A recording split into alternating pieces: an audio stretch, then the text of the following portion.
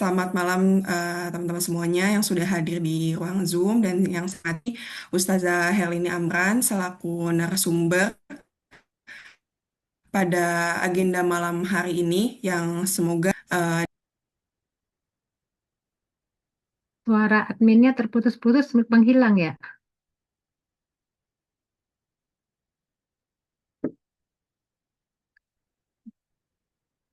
Mbak Aminya menghilang dari kita. Ya, sambil sambil nunggu MC-nya, saya menyapa peserta semua ya. tadi sempat Assalamualaikum. terpental Ah, ya. Terpental ya ya. Mbak Ami.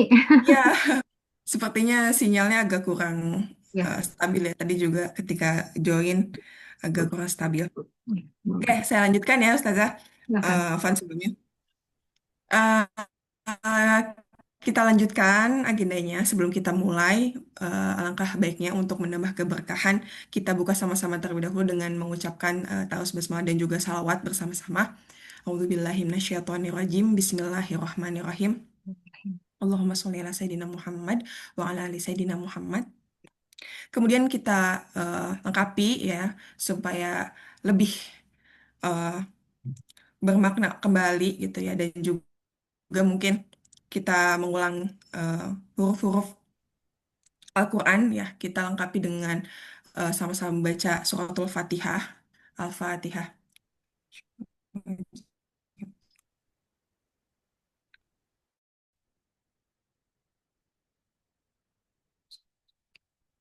Tuh biarlahi waladhdallin. Amin. Alhamdulillah pembukaannya sudah selesai. Semoga yang kita ucapkan tadi menambah atau meluruskan niat-niat kita untuk bermajelis di malam hari ini.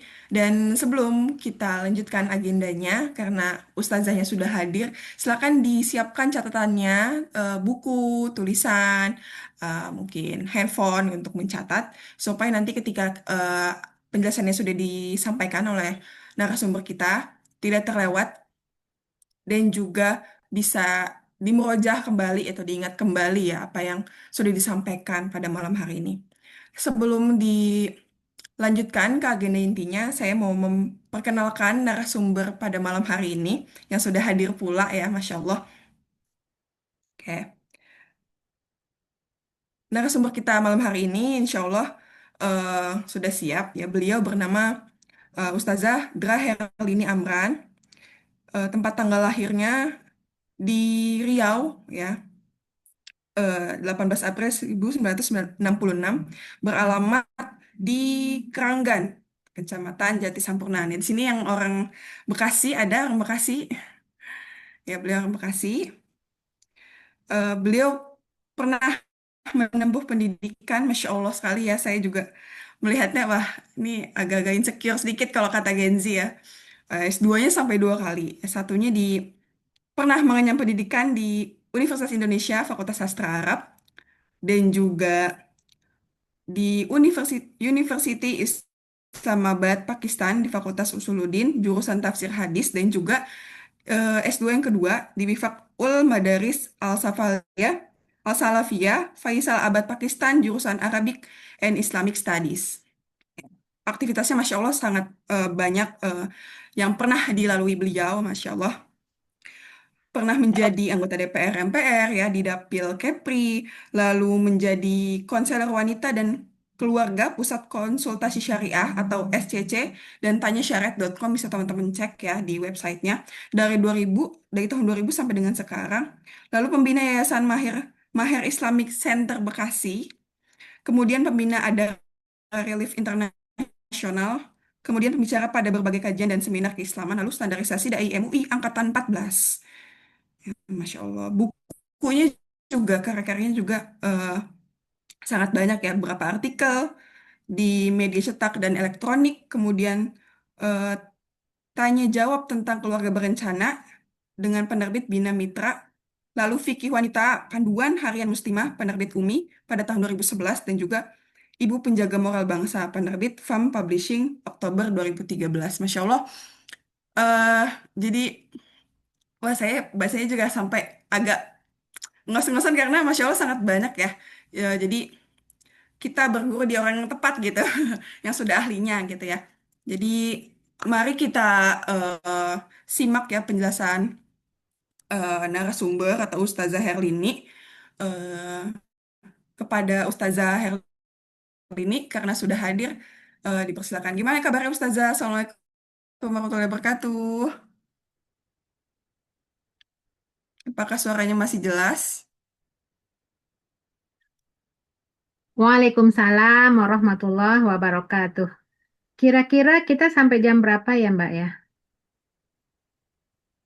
Untuk sesi materinya sampai 20.40 Ustazah dan tanya jawab dilanjutkan sampai dengan 21.20. Jadi kita, Seperti itu. saya menyampaikan materi kurang lebih berapa lama ya? 1 jam, insya Allah. Jam ya, baik, insya Allah. Baik, Bismillahirrahmanirrahim. Assalamualaikum warahmatullahi wabarakatuh. Alhamdulillah, wassalatu Waalaikumsalam. wassalamu ala rasulillah, wala haula wala quwata illa billah. Saya izin apa namanya menampilkan ini bisa ya share. Jadi kalau ada ininya itu lebih ya kelihatan ya. Itu dia daurah fikih wanita. Biasanya tuh kalau kita bicara daurah itu biasanya seharian ya. Kadang-kadang nginep ya. Iya betul Ustazah, Biasanya sampai gitu ya. 2 atau 3 hari ya. Tapi ini mudah-mudahan ya daurahnya itu bukan daurah fikih aja ya, daurah secara umum ya, karena tema-tema dari syariah tanyasyariah.com SCC ini memang terus berkala ya Mbak Ami ya. Jadi Ya kali Ustazah. ini kita membahas tentang fikih haid wanita ya. Ini penting kita membahas tentang darah ya, karena kalau kita bicara darah wanita itu kan ada darah haid, darah istihadah, darah nifas ya. Jadi memang fikih darah wanita ini sekarang ini malam ini tentang haid itu tidak hanya membahas tentang keluarnya darah dari kemaluan wanita saja yang memang sudah menjadi fitrahnya wanita, tapi ini terkait. Jadi kalau bicara darah dalam Islam ya terhadap wanita pasti kita punya kaitannya dengan sholat, punya kaitannya dengan puasa, punya kaitannya dengan perceraian, punya kaitannya tentang boleh nggak di masjid atau tidaknya, atau hubungan suami istri. Jadi ini kaitannya dengan ibadah ya. Maka ketika kita melihat eh, surat Al-Baqarah 222 ya, ya Bismillahirrahmanirrahim. A'udzubillahi Bismillahirrahmanirrahim. Wa yas'alunaka 'anil mahid qul huwa adza fa'tazilun nisa fil mahid wa la taqrabuhunna hatta yathurn fa idza tatahharna fa'tuhunna min haitsu amarakumullah innallaha yuhibbut tawwabin wa yuhibbul mutatahhirin. Baik, sebelum pembahasan lebih lanjut, saya tadi kelewatan ya untuk menyampaikan untuk tajdidun niyah, memperbaharui niat ya, kita niatkan seluruh aktivitas kita hanya untuk mencari ridho Allah ya. Mudah-mudahan duduk kita lewat apa via Zoom ini bagian dari ibadah yang membawa keberkahan dalam waktu-waktu kita, dan Allah lancarkan semua urusan kita, Allah mudahkan semuanya, dan mudah-mudahan kita termasuk dalam hamba-hamba Allah yang mendapatkan ridho dan cintanya insya Allah. Najlis bina nu'min sa'ah, kita duduk sejenak beriman sesaat ya. Ini surat Al-Baqarah yang membahas tentang darah ya, mahid ya. Nah, coba diperhatikan ya, wayas alunaka anil mahid. Ini bentuk mudhari ya. Kalau jamaknya, kalau amarnya, perintahnya sa'ala ya. Sa'ala yas'alu, is'al ya. Ini kan bentuk bentuk mudhari itu yang sedang terjadi dan yang akan datang. Jadi artinya pertanyaan tentang haid itu akan terus ditanyakan dari dulu, sekarang, dan yang akan datang. Ya, karena ini tadi saya katakan menyangkut masalah sholat ya. Biasanya sih yang ditanyakan tentang sholat ya. Ini udah mandi kemudian keluar lagi ini darah apa, terus bagaimana itu ya. Nah, Allah katakan kul huwa adza, itu darah yang adza, kotor, faktazilun nisa. Sebab itu jauhkanlah ya, jauhkan diri dari perempuan, dari istrimu ketika haid, jangan mendekatinya hatta yatuhurn. Dari ayat ini aja sebenarnya kalau kita tadabburkan udah jelas ya. Kalau udah kalau masih haid, belum tohir ya, belum mandi, suci itu nggak boleh campur, udah jelas ya. Nah, faida tatoharna, faida tatoharna fatuhunna min haitsu amarakumullah. Kalau udah bersih, udah mandi, boleh gitu ya. Allah mencintai orang yang bertaubat dan mencintai orang yang mensucikan diri. Ini bagian dari salah satu doa setelah wudhu ya. Nah, ini eh, ayat Al-Quran, subhanallah ya. Itu beberapa tahun yang lalu, itu udah lama sih ya, beberapa tahun yang lalu. Ini lewat ayat ini, ada seorang wanita ya, seorang dosen di Barat itu masuk Islam karena membaca ayat ini. Jadi ketika dia sedang mengajarkan tentang organ-organ reproduksi wanita ya, karena kuliah kedokteran, beliau menjelaskan tentang rahim wanita, kemudian tentang haid, bagaimana keluar darah seperti apa dan bagaimana secara ilmiah, bagaimana kondisi rahim ya dan seterusnya ya. Kemudian beliau menjelaskan atas nama kesehatan ya, maka jangan pernah berhubungan ketika seorang perempuan sedang menstruasi gitu ya. Jadi beliau jelaskan secara ilmiah ya apa bagaimana kondisi rahim, sensitif, wah macam-macam lah ya nanti dampaknya kemana-mana. Nah, salah seorang mahasiswanya itu dari Pakistan itu menjelaskan ya, menegaskan kalau masalah pelarangan agama kami itu 15 abad yang lalu ya, itu sudah ada, sudah menjelaskan larangannya dalam kitab suci kami. Nah, dikeluarkan deh eh, surat Al-Baqarah 222 ini, dia baca, dia takjub ya. Dia bilang luar biasa, saya belum pernah membaca kitab suci yang ada pembahasan tentang hal yang penting ini, yang menjelaskan tentang menjaga kesehatan organ-organ reproduksi wanita. Ini luar biasa, ini bukan agama sembarang agama. Ini kan 15 abad yang lalu, aku udah ngomong masalah kesehatan ya. Nah, jadi akhirnya dia lewat ayat ini beliau mempelajari sesuatu yang luar biasa, akhirnya beliau masuk Islam ya, hidayah ya. Nah, jadi ini secara ilmiah tuh terbukti ya bagaimana kondisi seorang muslimah dalam keadaan haid. Nah, ayat ini menjelaskan nggak boleh deket-deket. Nah, memang sababun nuzul ayat ini itu dulunya ya di masa Nabi itu orang-orang Yahudi ketika istrinya sedang haid itu dianggapnya najis. Jadi orang-orang Yahudi itu mengusir ya atau mengeluarkan istrinya dari rumahnya, nggak boleh deket-deket, ya nggak pokoknya dianggap najis, nggak boleh disuruh keluar, nggak boleh bener-bener dah apa namanya ada tuh kalau mereka bilang tuh ya najis, jadi nggak boleh makan, nggak boleh minum, pokoknya dilarang gitu ya. Nah, akhirnya Islam, sementara kebalikannya dengan Nasrani pada saat itu, apa aja boleh, nggak ada masalah. Nah, akhirnya turun ayat ini menjelaskan bahwa yang kotor itu bukan dirinya, najis itu kondisi dia tidak boleh sholat, tapi dia tidak boleh tidak menjauhi. Bahkan Rasulullah kan tetap berdampingan makan minum nggak ada masalah. Tapi yang tidak dibenarkan itu adalah mencampurinya ketika haid, berjima, berhubungan itu ya. Jadi itulah ajaran Islam ya, luar biasa. Bagaimana eh, wanita itu dijaga kesehatan reproduksinya ya.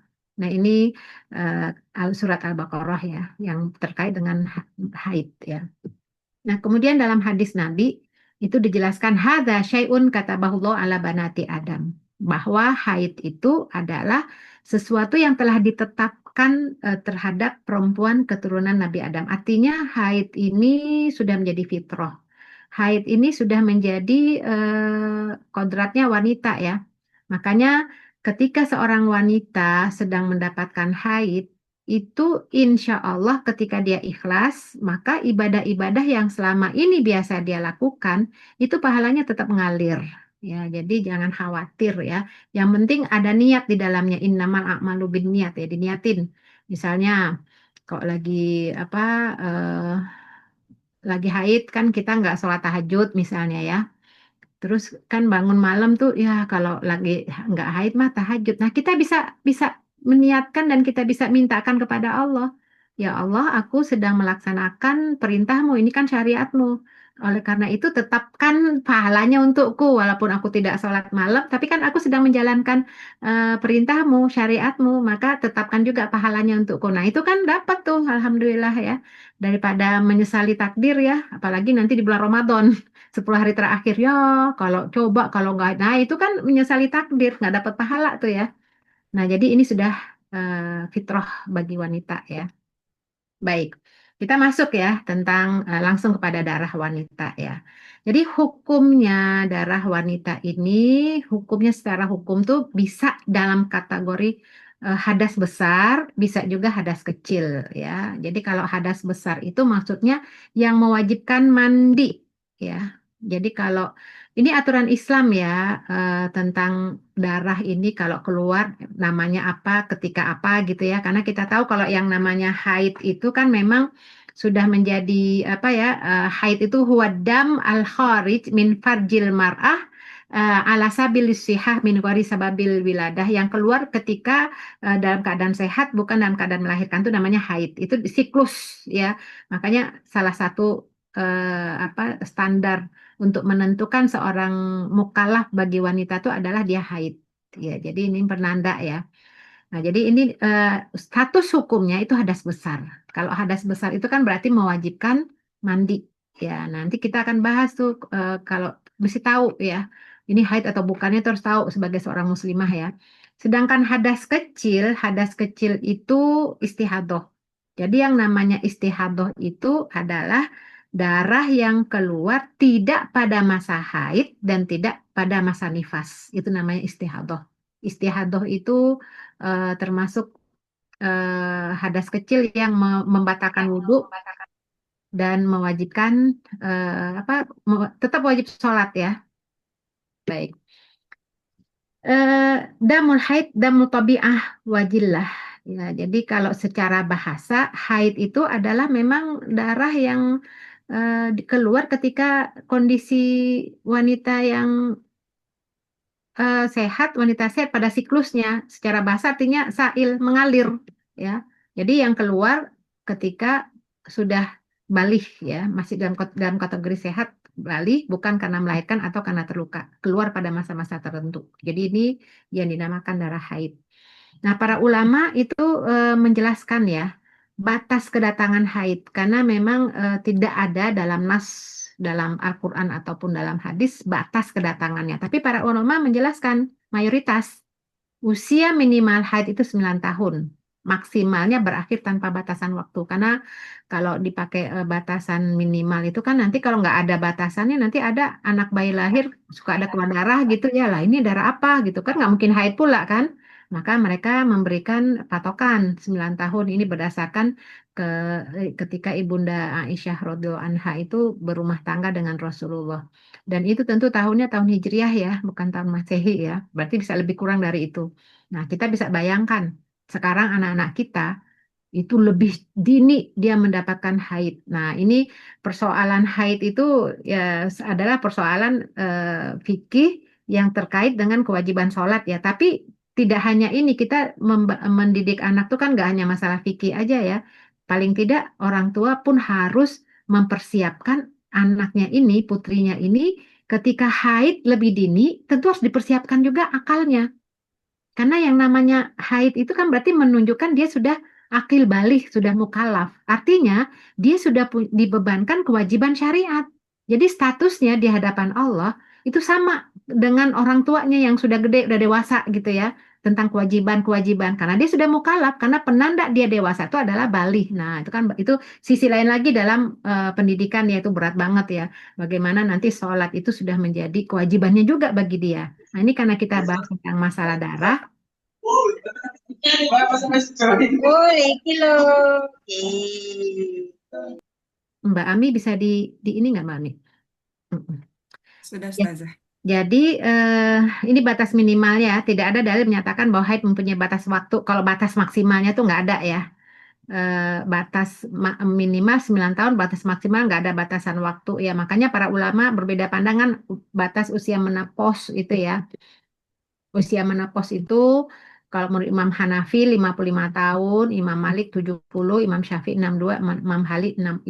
Jadi memang para ulama ini kenapa menetapkan ya angka Karena pada saat itu mereka mengambil istihad itu berdasarkan istiqro, itu dengan penelitian ya, kajian-kajian. Jadi ditanya ya kayak sekarang penelitian ilmiah ya, berapa sampling berapa orang gitu ya. Nah, beliau pada saat itu nanya nih usia berapa nggak dapat haid lagi, wah akhirnya dibuat 55 tahun itu pada saat itu. Padahal sekarang kan nggak bisa ditetapkan seperti ini karena kondisi setiap perempuan tuh beda-beda menopausnya. Ada yang 50, ada yang 60 dan seterusnya ya, tidak sama. Jadi tidak ada batasan maksimal usia menopause. Nah, karena eh, tidak ada ketentuan dalam nas Al-Quran dan hadis untuk menentukan lamanya haid, berapa lamanya, maka terjadilah khilafiyah. Terjadi khilafiyah di kalangan para ulama ya. Khilafiyahnya itu apa namanya karena tidak ada nas yang menjelaskan batasan lamanya haid, maka para ahli fikih melakukan istinbat al-hukmi dengan cara istiqra penelitian. Jadi kan kan selama ini kan yang menjadi permasalahan wanita itu muslimah itu kan masalah menentukan namanya haid, ya. Ada yang tujuh, ada yang teratur, ada yang tidak. Pokoknya pada bingung deh. Makanya tadi yas'alunaka, maka pertanyaan ini akan terus ditanya. Yang bingung bahkan sudah tua juga, udah lama juga, udah puluhan tahun misalnya dia haid, masih juga bingung gitu ya. Ya, ini kita akan bahas malam ini insya Allah. Jadi karena tidak ada panduannya secara detail ya, bagaimana batasan lamanya haid, maka terjadilah khilafiyah di kalangan para ulama ya. Maka masa haid paling singkat menurut mazhab Syafi'i, Imam Hanafi itu hanya 3 hari, 72 jam. Masa haid yang paling singkat. Kalau Imam Malik itu sesaat ya, memang agak sulit juga dipahami ya. Kalau kita di Indonesia itu mayoritas mazhab Syafi'i ya 1 hari ya 24 jam. Imam Hambali. Jadi maksudnya gini, kalau misalnya kita keluar flek pagi gitu ya, nah itu kan kita memang mendekati siklus ya, siklus haid, keluar flek. Nah, biasanya setelah keluar flek nanti asar baru keluar banyak darah haid. Nah, karena ini belum 1 hari, maka sejak keluar flek itu sudah masuk waktu haid. Maka kita tidak sholat di waktu zuhur ya, atau asarnya. Gitu. Karena kan belum 1 hari. Tapi ketika kita keluar flek pagi, misalnya ditunggu sampai besoknya nggak keluar juga. Berarti itu tidak haid itu bukan penanda kita flek itu bukan penanda haid karena udah lebih dari 1 hari dianggap itu istihadah. Jadi sholat gitu. Jadi maksudnya paling singkat tuh 1 hari. Jadi sebelum 1 hari sudah keluar berarti itu memang awal ke flek itu keluar itu adalah sudah masuk masa haid. Sedangkan masa haid paling lama menurut mazhab eh, Imam fikih ya mazhab fikih itu 10 hari.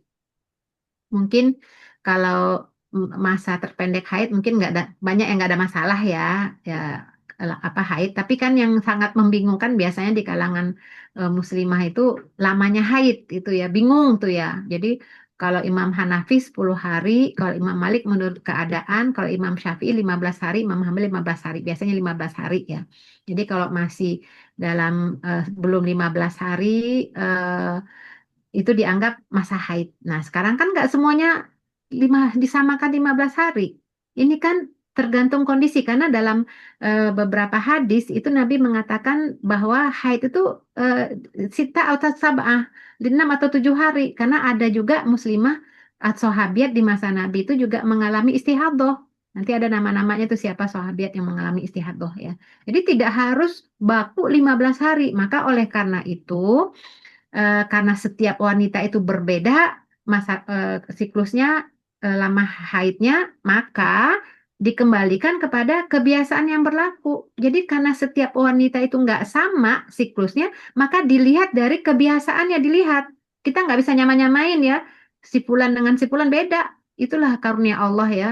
Banyak wanita tapi nggak ada yang sama ya haidnya lamanya kan. Maka oleh karena itu kita membuat patokan ya para ulama memberikan patokan dalam menentukan namanya haid ya. Yang pertama itu berdasarkan kebiasaan yang berulang-ulang. Nah, jadi kalau misalnya memang sudah terbiasa 5 atau 6, misalnya ya terbiasa, mohon maaf sebentar. Kalau sudah terbiasa 5 atau 6, maka patokannya itu adalah 5 atau 6 itu. Misalnya gini, biasanya 5 atau 6 hari ya. Terus hari ketujuh mandi. Ya, ini sudah kebiasaan itu kan kalau lebih dari 3 kali berturut-turut ya. Jadi bukan selama setahun, nggak 3 kali berturut itu kan jadi kebiasaan jadinya ya. Karena memang kadang-kadang faktor hormon itu juga mempengaruhi perbedaan ya. Jadi misalnya 5 atau 6 hari, hari ketujuh mandi. Hari kedelapannya kan beraktivitas ya. Sorenya pas pulang keluar ada flek di pakaian dalam kita. Ya, flek kan biasanya kan pada bingung, wah haid lagi. Ya. Kalau memang sudah terbiasa ya kebiasaan berulang-ulang itu yang sudah 3 kali lebih itu sama gitu ya, ya berarti flek itu nggak dianggap lagi sebagai darah haid. Itu di apa namanya diabaikan sebagaimana pesan dari Ummu Atiyah, kunna la na'uddu qudra wa supra ba'da turi syai'an atau syai'an ba'da tuhri ya. Jadi artinya kami nggak nganggap flek kekuningan yang keluar setelah kami bersuci atau mandi sebagai darah haid. Ya abaikan aja. Toh juga habis itu nggak keluar lagi kan? Nah, jadi berdasarkan kebiasaan yang berulang ya patokannya itu ya udah. Jadi itu kalau kita udah mandi udah bersih ya sudah sholat ya melaksanakan kegiatan sholat dan ibadah-ibadah yang lain. Nanti setelah setelah itu lusanya atau apanya ada flek abaikan aja itu ntar juga selesai ya. Jadi kebiasaan berulang-ulang inilah yang menjadi patokan. Karena ada juga yang nggak karena belum memahami ya, udah mandi, udah bersih, udah dapat sholat 2 hari, keluar flek, akhirnya dianggapnya haid, akhirnya nggak sholat. Pas dihitung-tunggu nggak keluar lagi, mandi lagi, gitu ya, berulang-ulang kali mandinya berkali-kali ya. Nah ini kalau yang berdasarkan kebiasaan yang berulang-ulang. Jadi wanita yang sudah memiliki kebiasaan di luar kebiasaan yang dianggap darah istihadah tadi ya.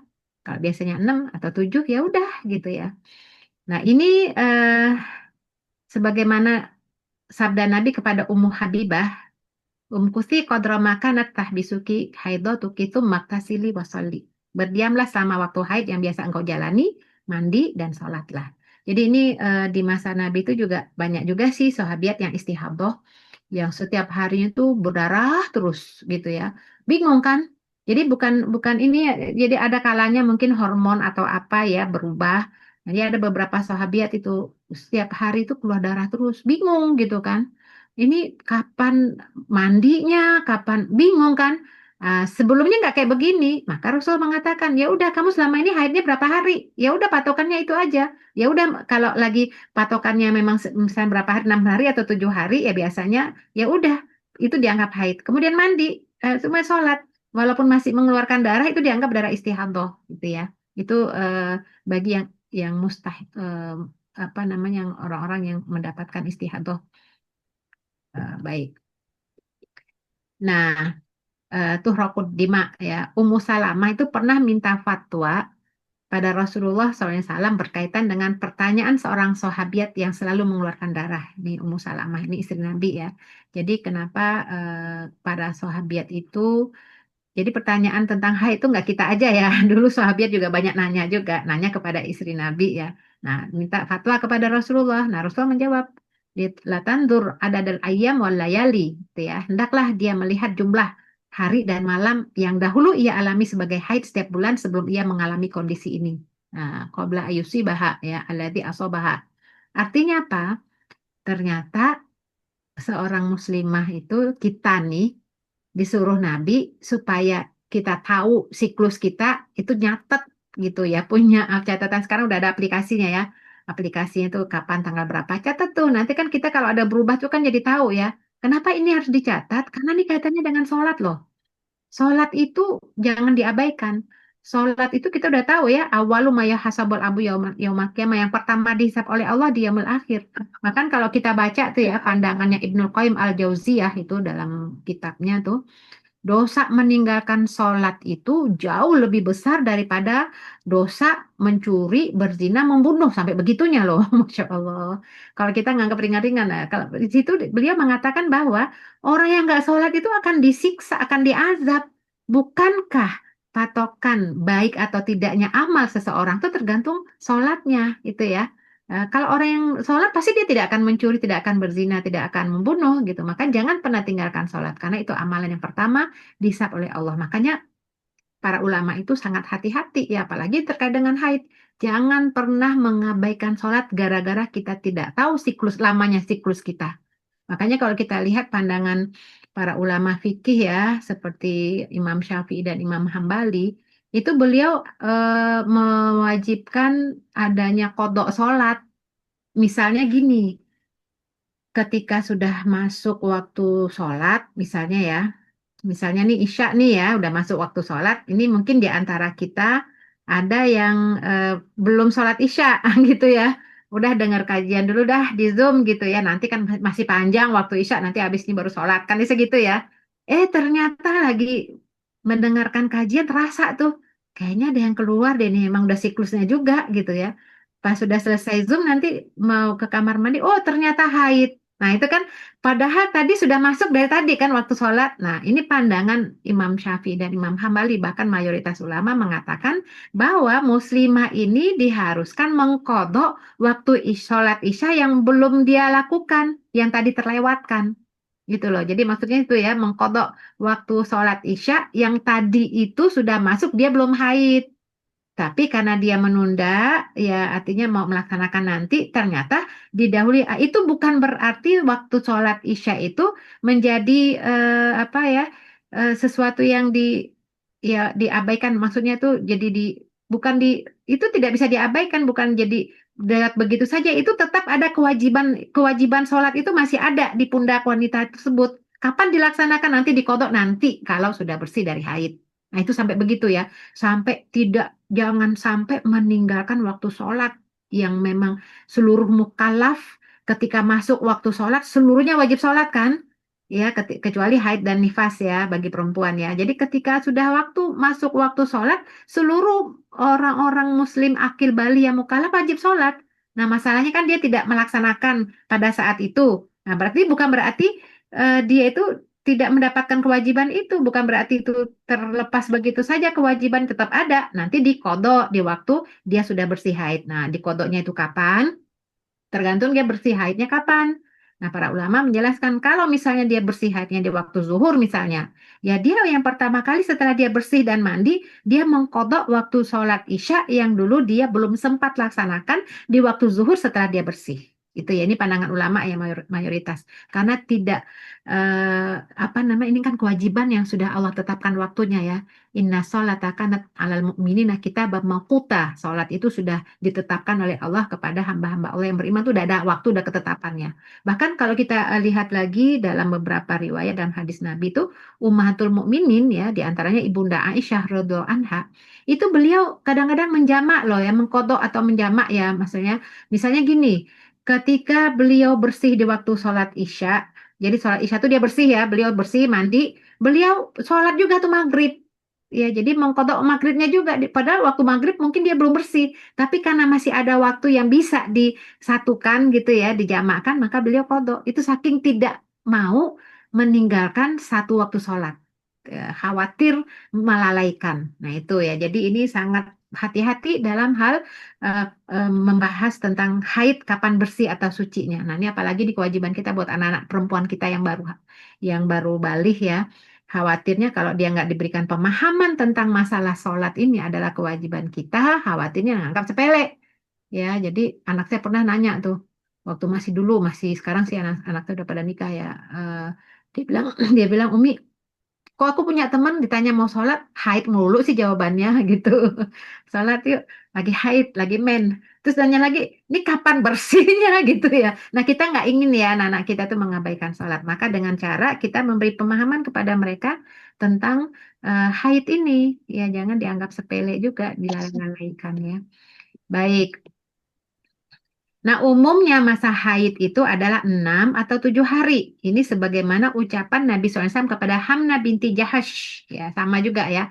Hamna ini juga istihadah juga ya. Haid kamu 6 atau 7 hari dalam ilmu Allah. Kemudian mandi. Bila merasa telah suci, sholatlah 24 malam atau 23 malam beserta siangnya dan berpuasalah.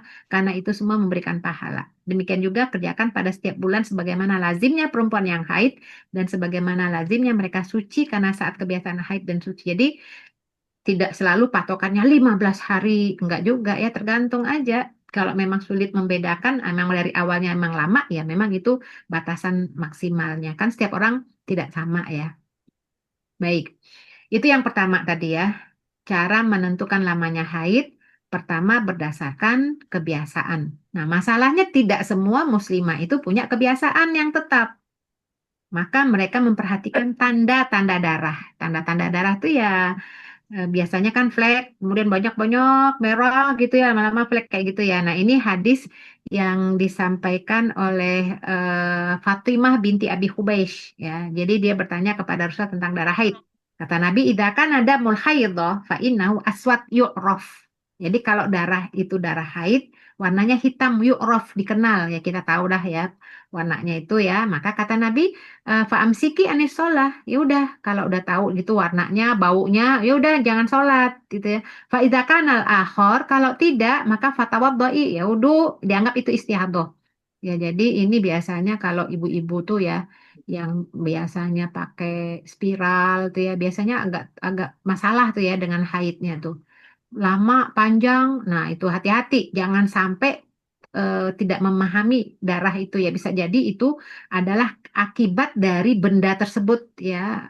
Apakah itu Coverty yang spiral dan segala macam itu ya, yang dimasukkan ke dalam rahim. Bisa jadi itu gesekan ke rahim itu menyebabkan pendarahan itu ya, bukan karena haidnya. Nah, itu hati-hati. Makanya Rasulullah dalam hadis ini mengatakan fatawaddoi wasolli fa innama huwa irqun. Maka tetap sholat walaupun keluar darah bisa jadi itu bukan darah haid karena itu tidak apa namanya kalau haid itu jelas ya warna baunya jelas hitam ya kalau enggak berarti itu gangguan. Nah, irkun ini terjemahannya itu ada dua sisi, dua pandangan ya pembahasan tentang irkun. Dilihat dari terjemahan apa dulu nih, dari sisi medis atau dari sisi agama. Kalau dari sisi medis, irkun itu diistilahkan irkun itu adalah gangguan otot ya. Jadi ada peradangan pada serviks atau mulut rahim atau ada apapun yang masalah dalam rahim lah pokoknya tuh ya. Sekarang kan banyak penyakit-penyakit dalam rahim wanita tuh ya. Nah, kan suka keluar darah itu namanya irkun. Ya, itu bukan darah haid tapi itu darah penyakit. Atau bisa juga kalau terjemahannya dari sisi agama itu irkun itu diterjemahkan hentakan seton. Maksudnya apa? Gangguan jin gitu ya. Kadang-kadang jin itu mengganggu wanita tuh dengan memperbanyak dan memperlama masa haidnya. Nah, itu gangguan juga ya. Ini memang ada beberapa kasus itu ya. Anak saya tuh pernah dulu waktu SMA dulu di pesantren ya udah lama sih. Sekarang sih udah tua anak saya tuh. Itu dia dengan teman-temannya itu kan di Pantai Anyer itu ngelihat ada atraksi debus itu ya yang nusuk apa namanya itu makan beling apa nggak berdarah apa nusuk badan pakai pisau tuh nggak berdarah-darah gitu ya. Ini kan namanya anak pesantren kan lagi jalan-jalan gitu ngelihat atraksi gitu ikut nimbrung. Dia lihat orang makan beling itu kaget mereka teriak Allahu Akbar gitu ya. Langsung berdarah itu orang-orang ya. Mungkin nggak tahu lah, mungkin dia nggak dengar kalau pertama kali biasanya kan suka apa disampai tolong jangan ganggu apa kayak gitu ya. Cuman karena dia di pertengahan itu akhirnya ini anak-anak ini dikirimin tuh di pesantren tuh jadi ada yang ini yang kesurupan. Nah, anak saya itu tidak kesurupan ya tapi dia merasakan ada aliran apa gitu kayak kayak apa aliran listrik terus kemudian setelah itu haidnya itu banyak Halo apa Abang, haidnya itu jadi sampai. jadi apa ya jadi banyak gitu ya bingung nanti dia menentukan haidnya jadi itu hentakan setan di situ gangguan jin lah gitu ya jadi dilihat juga ya jadi bukan bisa jadi darah yang keluar itu bukan darah haid tapi ada sesuatu ya baik ini hadisnya. Nah, ini apa yang dikatakan Ummu Atiyah tadi, kunna la na'udul kudrah wa sufrah ba'da tuhri syai'an. Dulu kami sama sekali tidak menganggap sebagai haid, flek, keruh, dan kekuningan yang keluar setelah suci. Jadi kalau yang haidnya tidak teratur tadi, lihat aja warna darah. Warna darah itu kan macam-macam ya. Apa aswad yu'raf, kehitam-hitaman keruh. Ya, dilihat aja kan awalnya flek, kemudian banyak-banyak dikit-dikit. Nah, nanti dikit-dikit itu kan nanti berhenti. Nah, coba nanti periksa tuh ya bagi ibu-ibu tuh bisa udah menikah bisa periksa tuh. Nah, kalau yang sudah keluar lendir putih atau bening, udah mandi deh. Berarti sudah apa namanya sudah dianggap itu bersih mandi. Ya udah mandi sholat. Nah, biasanya setelah mandi sholat dan beraktivitas ya besoknya atau apa terus keluar flek lagi abaikan ya sebagaimana hadis Ummu Atiyah. Ya nggak usah dianggap lagi tuh sebagai ya udah nanti juga bersih kok, itu dianggap aja apa namanya sisa ya, artinya nggak dianggap haid ya, tetap sholat. Ya ini berdasarkan Ummu Atiyah. Kalau kita sudah yakin mandinya itu udah bersih dari haid. Ya baik. Ini warna darah tuh macam-macam ya, warna hitam, merah, ya. Jadi ada yang kuning, ada yang keruh. Nah, ini menurut Imam Hanafi dan Syafi'i itu yang warna hitam, merah, kuning, keruh itu adalah darah haid bila keluar dalam masa haid. Itu darah haid semua. Tapi ada lagi pandangan ulama nih ya. Mazhab Syafi'i itu ada warnanya aneh-aneh tuh, ada yang pirang, ada yang kuning, ada keruh. Saya rasa nih dulu mungkin Imam Syafi'i itu ketika melakukan kajian apa penelitian itu ya. Mungkin ada juga muslimah yang pada saat itu sakit kali ya, karena dulu perkembangan medis tidak seperti sekarang tuh, ada yang warna pirang-pirang gitu ya. Apalagi Imam Hanafi itu ya, ada yang abu-abu gitu, Masya Allah, sampai hijau gitu ya. Memang benar ada darah yang keluar gini ya, biasanya tuh ada masalah di rahim muslimah itu ya, wanita itu. Ya ada beberapa kasus yang saya ini kan ada masalah di rahimnya, keluarnya warnanya tuh bau apalah gitu ya, lendirnya bisa jadi. Maka para ulama menjelaskan bahwa warna-warna di atas itu tidak dianggap haid jika keluarnya bukan pada saat biasa terjadi haid. Nah, itu darah penyakit itu dianggap istihadah ya. Nah, sekarang kita beralih kepada pembahasan jarak masa suci antara dua haid. Ya, jadi jarak maksimal itu tidak ada batasnya, karena bisa bisa aja tuh ada muslimah yang haidnya itu 2 bulan sekali, 3 bulan sekali, nggak ada masalah itu ya, jarak masa suci ya, tidak ada batasannya. Nah, sekarang yang jarak minimalnya ini ada mungkin muslimah yang dalam 1 bulan tuh 2 kali haid. Bingung dia, ini bener nggak sih haid? Nah, para ulama juga berbeda pandangan. Mayoritasnya itu mengatakan 15 hari jarak antara jarak masa suci antara dua haid itu 15 hari. Ada juga yang berpendapat 13 hari. Nah, itu sebenarnya misalnya gini, haid tanggal 1 sampai tanggal 7. Ya, tambah 13 hari itu ya berarti nanti di hari ke-20, 20 atau 21 dia haid lagi bisa jadi. Ya, berarti bisa jadi dalam 1 bulan dia 2 kali dapat haid gitu loh ya. Itu pandangan ya. Kemudian bagaimana dengan masa suci di sela-sela haid? Ya, misalnya haidnya 7 hari. Nah, hari ketiga tuh bersih sama sekali gitu ya, nggak keluar darah. Kemudian hari keempatnya, kelima keluar lagi. Nah, kalau mazhab Hanafi dianggap masa haid. Imam Syafi'i juga ya dianggap haid bila masa suci itu di antara dua darah haid ya, eh, dianggap haid ya. Kemudian tidak terjadi pada masa lebih dari 15 hari. Jadi ya tetap ya dianggap darah haid ya. Darah haid tidak kurang dari batas minimal masa haid, yaitu 1 hari 1 malam. Ini pandangan ya masa-masa suci.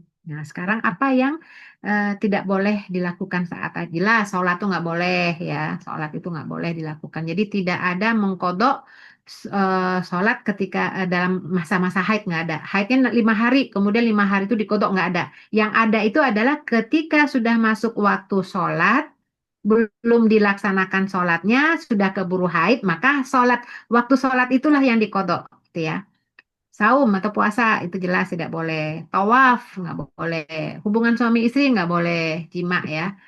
Nah, kalau ini ikhtilaf nih, baca Quran, menetap di masjid, eh, apa namanya, ini ikhtilaful fuqaha ya, perbedaan pandangan di kalangan ulama ya, ini nggak bisa dipaksakan ya, harus sama, jadi ini berbeda pandangan. Nah, tolak, nah ini udah paham semuanya ya. Semestinya suami itu, makanya tolak itu, perceraian itu bukan main-main, bukan dilakukan karena sakit hati, tapi dengan pemikiran yang matang. Makanya ketika seorang suami akan mentalak istrinya, tanya dulu dia, kamu haid nggak? Nah, kalau dia bilang istrinya, iya saya sedang haid, jangan jatuhkan talak dulu, tunggu sampai dia bersih. Nah, kalau udah bersih jangan dicampur. Nah, kalau memang mau lanjut diceraikan, ya udah jatuhkan talak. Nah, itu ya. Jadi talak itu bukan karena marah hawa nafsu, karena sakit hati, tapi benar-benar ingin berpisah karena Allah gitu ya. Jadi bukan karena sakit hati. Ini banyak yang nggak ngerti nih para suami ya. Memang para suami itu harus belajar dulu ya, bagaimana menjadi suami yang baik. Jangan jadi senjata apa-apa tolak. Karena rumah tangga tuh kadang-kadang isinya tuh sudah zina semua statusnya tuh. Loh kok zina semua? Ya istrinya udah berkali-kali diceraiin, apa-apa sakit hati cerai, balik lagi, cerai, pokoknya alasan kan nggak sah kalau lagi marah. Nah itu tuh berkali-kali tuh gimana coba di hadapan Allah ya, secara agama loh maksudnya. Ya, Baik, nah ini apa namanya sampai kita di penghujung ya. Ini haram bagi suami mencampuri istrinya yang sedang haid. Ya nggak boleh, itu udah tahu sih. Kan masalahnya kadang-kadang belum mandi gitu ya. Kan udah bersih belum mandi, udah sekalian aja deh mandinya gitu ya. Dirapel ya nggak boleh. Kan di sini kan harus bersih dulu, harus suci dulu. Faiza tatohana fatuhunna min haitsu amarakumullah. Kalau udah suci baru. Nah, ini sebabnya kayak ini berkaitan dengan kafaroh sanksi. Ya, nggak boleh tuh ada sanksinya tuh. Sanksinya apa? Jika seorang suami terlanjur mencampuri istrinya yang sedang haid, maka menurut hadis Ibnu Abbas dia wajib bayar kafaroh. Sanksi denda tuh ya kafaroh ya. Dari Nabi SAW mengenai laki-laki yang menggauli istrinya yang sedang haid. Bahwa ia harus bersodakoh 1 dinar atau setengah dinar. Jadi ini juga termasuk udah bersih tapi belum mandi. Ya, mandi dulu baru boleh campur. Nggak boleh tuh belum mandi campur. Alasannya nanti sekalian mandi nggak ada begitu ya. Nah, ini ada Nabi mengatakan ya tasoddaqo bidinarin au nisfi dinar. Ya, jadi dia harus bersodakoh 1 dinar atau setengah dinar. Tuh bayangin 1 dinar tuh 4,25 gram emas loh. Berapa sekarang harga emas tuh? Masya Allah. Itu salah tuh. Jadi iman orang dulu tuh hebat loh, Masya Allah. Ini kan masalah kamar, masalah yang orang nggak tahu. Tapi karena imannya karena Allah, jadi karena dia melanggar, ini kan larangan dalam surat Al-Baqarah 222 ya. Ini kan sebenarnya hubungan suami istri aja udah deh kita diam-diam aja ditabar. Kan gitu ya. Tapi karena imannya tuh murni tulus, karena merasa bersalah melanggar satu ayat, datang ke qadhi, ke hakim gitu ya. Kan saya salah, saya mencampuri saya tadi haid belum belum mandi. Akhirnya tergantung qadhinya tuh mau dikasih hukum apa tergantung istihad mereka. Jadi ada yang ya udah berdasarkan hadis Nabi bayar 1 dinar gitu ya. 1 dinar tuh berapa duit sekarang ya? Udah jutaan itu ya. 2,5 kalau dihitung emas itu wah pokoknya hitung sendiri deh. Nah kalau setengah dinar kan lumayan itu ya Allah hanya begitu aja. Nah, itu beda dengan iman orang sekarang. Iman orang sekarang udah berzina juga punya diam-diam aja dia. Padahal itu dosa besar ya. Nah ini aja udah takut mereka tuh. Ya. Karena ulama berbeda pandangan tentang hukumnya, maka untuk menentukan kafarohnya itu ulama berbeda pandangan di antaranya memerdekakan budak wanita udah nggak ada, bayar 1 dinar gitu ya. Sekarang bayar sama siapa ya? Udah tobat aja deh yang ketiga nih ya. Mayoritas ulama berpendapat suami hanya diwajibkan bertobat dan beristighfar saja dan tidak mengulangi lagi perbuatannya. Subhanallah. Ya, itulah ya apa namanya haid. Nah, kalau istihadah ini jelas ya, bukan darah haid dan juga bukan darah nifas, disebut darah penyakit sebab keluarnya tidak pada masa haid atau tidak pada masa nifas. Jadi wanita yang mengeluarkan darah istihadah namanya mustahadah. Ya. Jadi ternyata banyak muslimah tuh sebenarnya sedang istihadah, tapi karena nggak tahu dianggap haid. Nah itu dia. Maka adab bagi mustahadah, jadi kan tetap keluar darah gitu ya. Ini terutama ibu-ibu yang pasang spiral tuh, sebenarnya itu bukan haid itu. Jadi biasanya kalau pasang spiral itu kan haidnya dipanjang ya. Sebenarnya bisa jadi itu bukan haid. Haidnya itu udah jelas berapa hari, darahnya banyak. Ini darahnya dikit-dikit tapi kadang-kadang merah apa ya. Nah, itu istihadah. Maka ada adabnya, berwudu untuk setiap kali sholat fardu. Jadi memang wanita yang istihadah tuh nggak bisa jaga wudu. Ya, dia hanya bisa berwudu untuk 1 kali sholat. Segera langsung tunaikan sholat, bersihkan badan, pakaian dalam, ganti itu pakaian dalam. Nah, itu setelah wudu langsung sholat. Nanti ketika sholat keluar juga darah itu dimaafkan ya. Membersihkan kemaluan dan sidi saat berwudu. Ya, ini adab bagi mustahadah. Kita lihat sahabiat yang mustahadoh di masa Rasulullah SAW itu ya Zainab Ummul Mukminin, Zainab binti Ummu Salamah. Ini berdasarkan hadis-hadis riwayat mereka ya. Zainab binti Jahsy, Ummu Habibah binti Jahsy, Hamnah binti Jahsy. Masya Allah ini satu turunan ini ya. Apa karena genetis ya nggak tahu juga. Asma saudara Maimunah, Asma binti Martat Al Harithiyah, Fatimah binti Abi Hubais, Salah binti ya. Sahlah binti Sahal, Badiah binti Qailan At-Thaqafiyah. Ya, artinya ini hanya cerminan apa namanya sahabat pada masa itu yang mempertanyakan tentang darah. Ya, pernah juga Ibunda Aisyah itu mendapatkan sekeranjang kapas kali ya, apa ya, apa namanya darah gitu ya, kapas isi darah ya. Artinya Muslimah pada masa itu ingin bertanya minta fatwa kepada Ibunda Aisyah Ummul Mukminin, mana di antara pemilik kapas ini yang boleh sholat. Itu macam-macam tuh warnanya tuh ya. Jadi mereka pada nanyain, nih boleh nggak sholat ini? Dah warnanya tuh macam-macam ya. Nah, Ibunda Aisyah itu memilih warna kapas yang warnanya itu putih, tuh ya. Apa bening ya pada putih kan lendir putih gitu ya. Nah, kata kata Ibunda Aisyah, ini pemiliknya boleh sholat. Maka dikenallah hadis ini dengan kisotul baydho. Masya Allah. Kalau kita nggak berani nyolek-nyolek nih kayak gitu ya. Apakah sudah bersih atau belumnya? Baik, ini barangkali ya kita tidak bahas tentang mandi, barangkali tentang haid dahulu karena memang pembahasannya itu cukup lumayan ya. Pembahasannya nanti apalagi dengan pertanyaan-pertanyaan yang berbeda ya, karena memang setiap muslimah itu tidak sama ya siklusnya. Allah alam bisawab. Silakan Mbak Ami. Oke, wah, Masya Allah, Ustazah sangat singkat, padat, dan jelas, tapi dapat ya poin-poinnya, Masya Allah. Tadi saya udah mencatat ulang juga, udah sampai 5 lembar nih, Ustazah. Mencatat ulang, walaupun pernah juga ya mendapati materi ini, tapi jadinya murojaah lagi gitu ya, ilmu-ilmu tentang haid gitu. Ntar nyampein lagi, bukan hanya murojaah, Oh nyampein iya, lagi yang siap. lain. Begitu. Iya, ke binaan-binaan ya, ke Iya, pementi-menti, ke betul. adik-adik, teman-teman, keluarga. Insya Allah, Ustazah. Oke, wah, tadi udah banyak banget ya yang disampaikan oleh Ustazah. Karena sesi materi udah selesai, eh, kita lanjut ke sesi selanjutnya. Mungkin teman-teman tadi masih ada yang mau ditanyain, atau tadi ada yang sempat kelewat sedikit, atau em, pernah ada case gitu ya dalam kehidupan pribadi atau orang lain yang mau disampaikan atau ditanyakan ke Ustazah. Silakan, boleh raise hand. Oke, udah ada yang raise hand, dan juga kalau misalkan mau di chat nanti boleh saya bantu bacakan. Yang pertama nih Ustazah, ada Mbak Marfuah. Boleh disampaikan pertanyaannya, Mbak?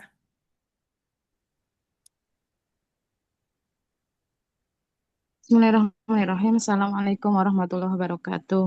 Waalaikumsalam Langsung saja, langsung saja guys, Ustazah. Ini warahmatullahi yang pertama, nih memastikan lagi tadi agak ragu-ragu.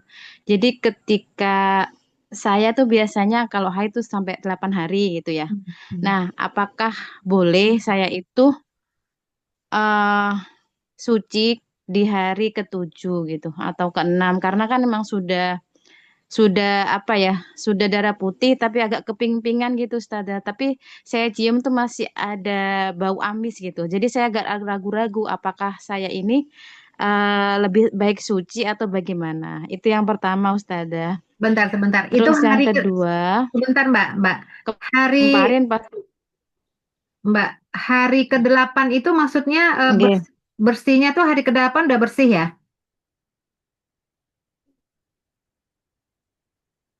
nggih kan biasanya saya itu 7 sama 8 tuh pasti sudah darah putih kayak tapi keping-pingan gitu. Nah, saya ragu-ragu Hmm. apakah ini jadi terus saya tanya sama Ustadz yang saya yakini, yang saya percaya katanya. Dia nggak buru-buru. Maksudnya dibersihkan aja dulu sampai yakin apa bersih gitu. Jadi Ya. saya ya sampai hari ke-8 gitu. Mm-mm. Ya. Itu yang pertama, Ustazah. Terus yang kedua, kemarin pas ketika saya haid itu kan sholat maghrib, nah sholat maghrib, habis itu pas mau sholat isya, nah itu ini datang haidnya. Nah, apakah di sholat isya itu saya ganti atau gimana, Ustazah? Itu yang kedua. Yang ketiga, yang terakhir, Ustazah. Sebentar, sebentar Mbak. Sebenarnya, Mbak, nggih, sebentar. Itu dapatnya tuh pada saat waktu azan sholat Isya ya? iya pas mau wudhu. Pada saat awal waktunya kan? Nggih. Oke. Ya. Mm-mm. Terus yang ketiga, Ustazah, yang terakhir. Nah, begini saya memastikan lagi, nggih. Ini sebenarnya yang sahih itu apakah selama haid itu apakah kita ganti sholatnya gitu nah Ustazah karena saya tuh punya teman dia itu mungkin nggak tahu dapat ilmu dari mana gitu dia kata Ustazah saya tuh harus menggantikan selama saya haid yang dulu itu saya ganti. Jadi dia tuh sholat berkali-kali Ustazah sampai apa ya? Ya Pak, intinya mengganti yang dulu dia haid gitu. Selama dia ingat, pas dia ingatnya, oh sekian sekian gitu. Nah yang bener tuh yang mana Ustazah? Terima kasih Maksudnya, Ustazah. maksudnya, Syukron. maksud, Assalamualaikum warahmatullahi. Waalaikumsalam. Maksudnya gini, Mbak, apakah ketika dia haid 6 hari dia haid diganti begitu maksudnya? Iya Enam maksudnya hari. gitu. Hmm, hmm, Nggih, ya ya, ya. ya. Yang gitu aja Ustazah. Ya, syukron Ustazah. Baik, Afwan.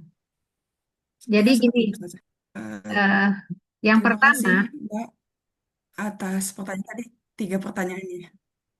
ya, yang pertama, Boleh langsung. langsung dijawab ya, Mbak ya. Yang pertama itu bahwa jangan terburu-buru tuh benar, karena warnanya itu ada pink-pinknya gitu ya. Jadi jangan Hmm. terburu-buru keluarnya tuh sampai benar-benar putih, lendirnya putih ya, atau lendir apa bening gitu ya. Jadi nggak usah terburu-buru, tapi tunggu sampai ya berarti itu 8 hari ya. Itu yang pertama. Kemudian yang kedua, eh, apa namanya, masuk waktu Isya, kemudian berwudu, ternyata haid. Nah, jadi para ulama menjelaskan ya, ulama fikih, kalau memang belum sempat untuk melaksanakan sholat di awal waktu, maka saat itu tidak perlu dikodok. Misalnya gini nih, misalnya gini ya, kita misal contohnya ya, kalau di awal waktu tuh azan, misalnya kita sholatnya misalnya di masjid ya, kita udah wudhu, terus kemudian kita lagi nunggu imam nih untuk berjamaah. Ternyata imamnya kan belum, kan di masjid kan nunggu dulu lah pada wudhu. Nah, kita dalam masa menunggu itu untuk sholat berjamaah misalnya ya, keluar darah haid.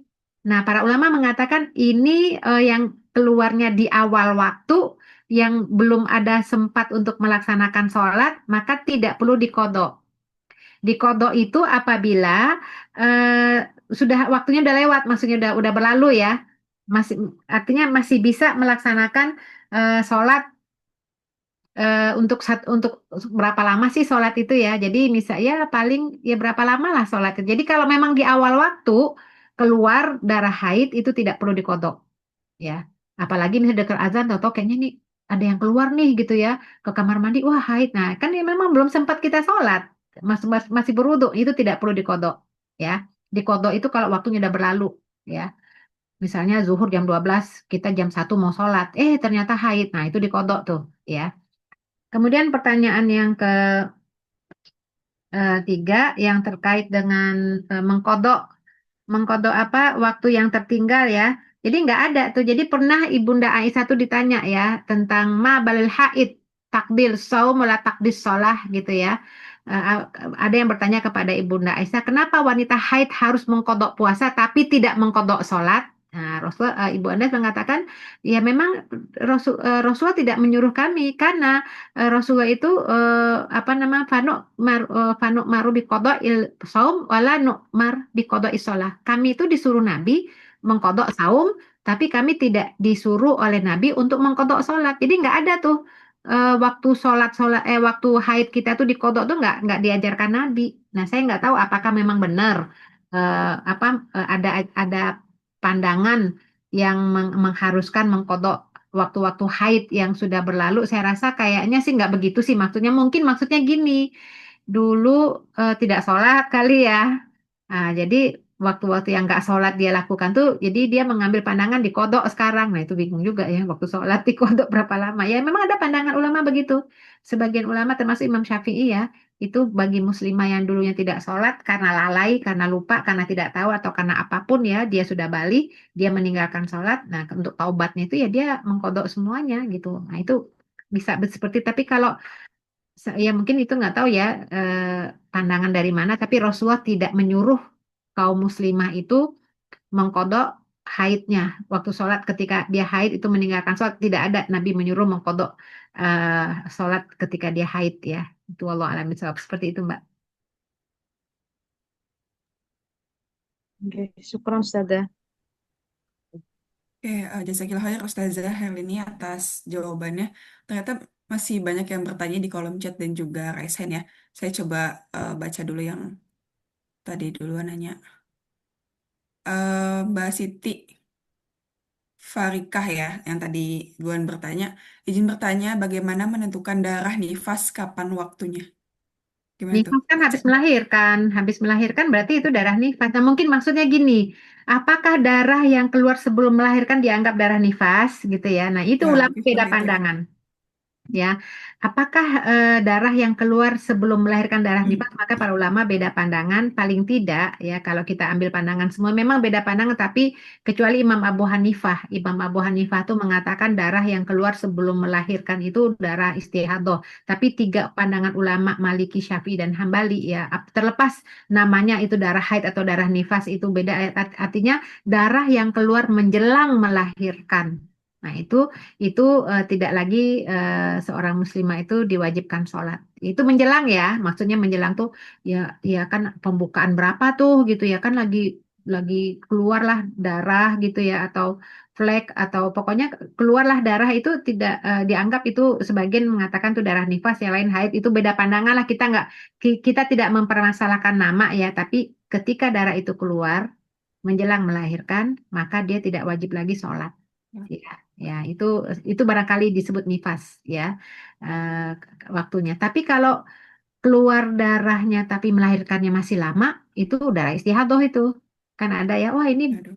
pembukaan bohong nih pulang aja Ibu gitu ya. Itu belum belum lahiran gitu ya. Walau alam mungkin seperti itu ya Bu Siti Farika. Oke, siap. Syukran Ustazah tentang nifas. Nah, lanjut ya. Dari Bu Ita Arung, izin bertanya. Pakai KB suntik sering ngeflag. Saya jadi bingung sholat dan tidaknya. Gimana tuh Kalau Ustazah? kalau Dari yang Bu saya Ita. tahu KB suntik itu kadang-kadang nggak pada haid. Ya, ada kan berbulan-bulan nggak haid ya. Jadi kalau memang tidak haid, ya mungkin flek-flek ini dilihat aja. Fleknya itu adakah darahnya banyak gitu ya? Adakah? Jadi kalau hanya flek-flek-flek-flek aja, itu bisa jadi apa? Ya barangkali hormon ya. Maka dikenali aja selama ini sebelum pakai KB suntik itu haidnya berapa hari jadwalnya, waktunya kan. Maka kita disuruh nyatet tuh kapan berapa lama. Nah, jadi kalau memang di saat siklus itu ya dianggap haid. Nah, setelah itu dianggap istihadah gitu ya. Nah, kecuali kalau memang apa namanya tidak apa ya tidak mengeluarkan darah sama sekali atau darahnya banyak ya. Jadi ini dilihat aja kebiasaan selama ini. Jadi nggak kalau memang itu masa-masa haid biasanya tanggal segini haid ya kan biasanya nggak selalu ngeflek ya. Pasti ada loh darah banyaknya itu haidnya. Nah itu dianggap haid. Tapi kalau setelah itu ya bersih mandi dianggap itu istihadah begitu Mbak. Oke, Masya Allah. Syukran Ustazah. Lanjut lagi mungkin ke yang raise hand ya. Ada Mbak Nur Azizah. Mungkin silakan jika ingin on mic. Mbak Nur Azizah. Ya, Oke. Assalamualaikum Ustazah. Waalaikumsalam warahmatullahi wabarakatuh. Jadi seperti ini Ustazah, misalnya kita itu dapat haidnya, muncul flek itu 2 hari lebih cepat daripada eh, tanggal yang seharusnya masa masa flek itu Ustazah. Apakah kita harus menunggu fleknya itu 24 jam baru bisa dibilang itu kita haid atau ketika 2 hari lebih cepat keluar flek itu sudah masuk darah haid Ustazah. Itu fleknya itu terus-menerus kan keluarnya? Tidak terus menerus Ustazah, sedikit aja seperti bercak gitu Ustazah. Tapi keluar maksudnya mas terus kan artinya tidak putus kan? Pak Hmm, sekarang keluar nanti besok apa sekarang misalnya ntar 1 jam lagi ada flek lagi nanti ada lagi gitu kan? ya Ustazah, kalau dilihat itu dia seperti pertama sedikit kemudian semakin besar. Ya itu dianggap haid itu masa haid. Oh, baik Ustazah. Berarti tidak harus nunggu 24 jam Ustazah ya? Enggak, ya kan itu keluar terus kan? Maksudnya sekarang Iya. keluar nanti sedikit lagi siang nanti pokoknya dalam 1 hari itu memang keluar kan? Oh, iya Ustazah. Nah, jadi yang tidak disebut haid itu maksudnya gini, sekarang keluar flek, ditunggu-tunggu nanti sampai nanti nggak keluar juga selama 1 hari apa 24 jam nggak keluar juga. Nah itu berarti bukan darah haid, itu apa hanya tanda siap-siap aja. Tapi kalau udah terus, maksudnya tuh dikit, nanti ada, pokoknya selalu ada gitu ya, walaupun sedikit, nah itu sudah dianggap masa haid. Berarti itu tidak usah sholat Ustazah kan? Iya, betul. Terima kasih Ustazah. Ya, Oke, terima kasih Mbak Nur Azizah atas pertanyaannya dan jawabannya juga. Kita lanjut aja karena ternyata banyak yang nanya Ustazah ya. Jadi Mbak Siti Aminah silakan di on cam atau on mic untuk bertanya. Iya. Assalamualaikum Ustazah. Waalaikumsalam warahmatullahi wabarakatuh.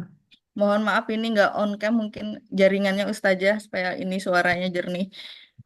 Terima kasih waktunya MC. Ustazah ada 2 pertanyaan kebetulan karena pengalaman saya sendiri. Yang pertama, eh, beberapa waktu yang lalu saya pernah mengalami yang biasanya haid saya teratur gitu. Pada waktu-waktu saya nggak haid gitu ya selama sebulan gitu nggak haid selama sebulan. Terus pada haid berikutnya, bulan berikutnya saya haid dan itu semacam deras gitu ya Ustaz. Jadi bisa dibilang itu kayak pendarahan gitu.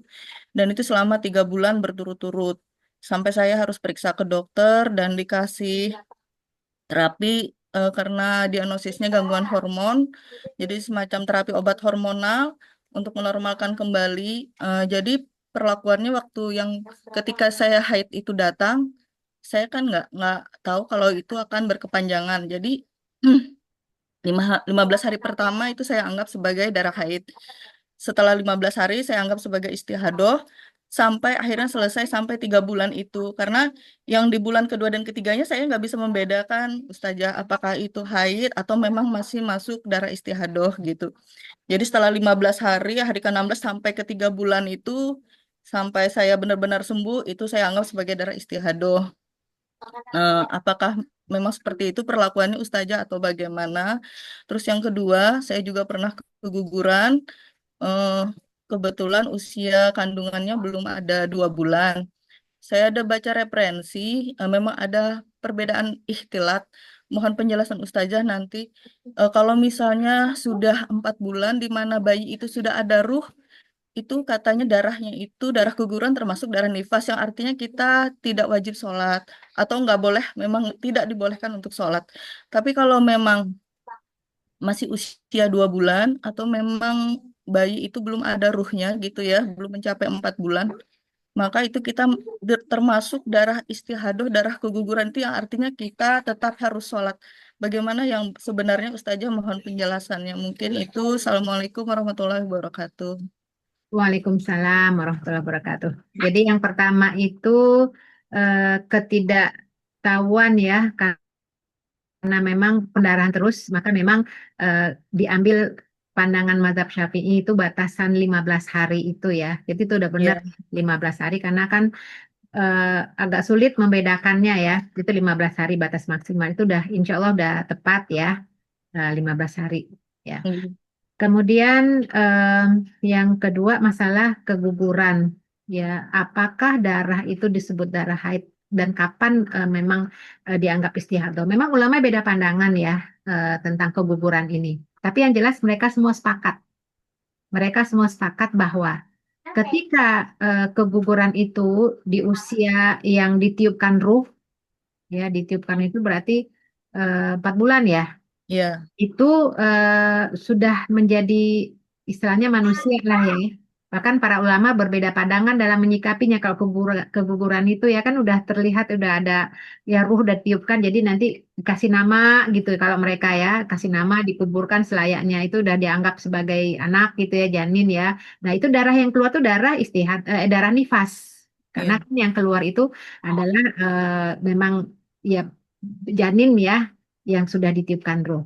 Nah, yang berbeda lagi adalah yang terkait dengan keguguran di bawah usia 4 bulan itu. Itu pandangan ulama itu berbeda. Kalau Imam Syafi'i dan ulama-ulama mazhabnya itu menyebutkan kalau memang keguguran dan darah yang keluar itu sudah membeku ya, artinya apa? Artinya kalau disiram air panas itu nggak apa tetap eh, ya kayak darah apa ya? apalagi kalau sudah berbentuk. Nah, itu usia-usia berapa? Itu usia ada yang menyebutkan 2 bulan ya. Itu dianggap itu sudah darah istihadah. Tapi yang lain menyebutkan enggak. Ya, apa darah nifas ya. Yang lain menyebutkan enggak.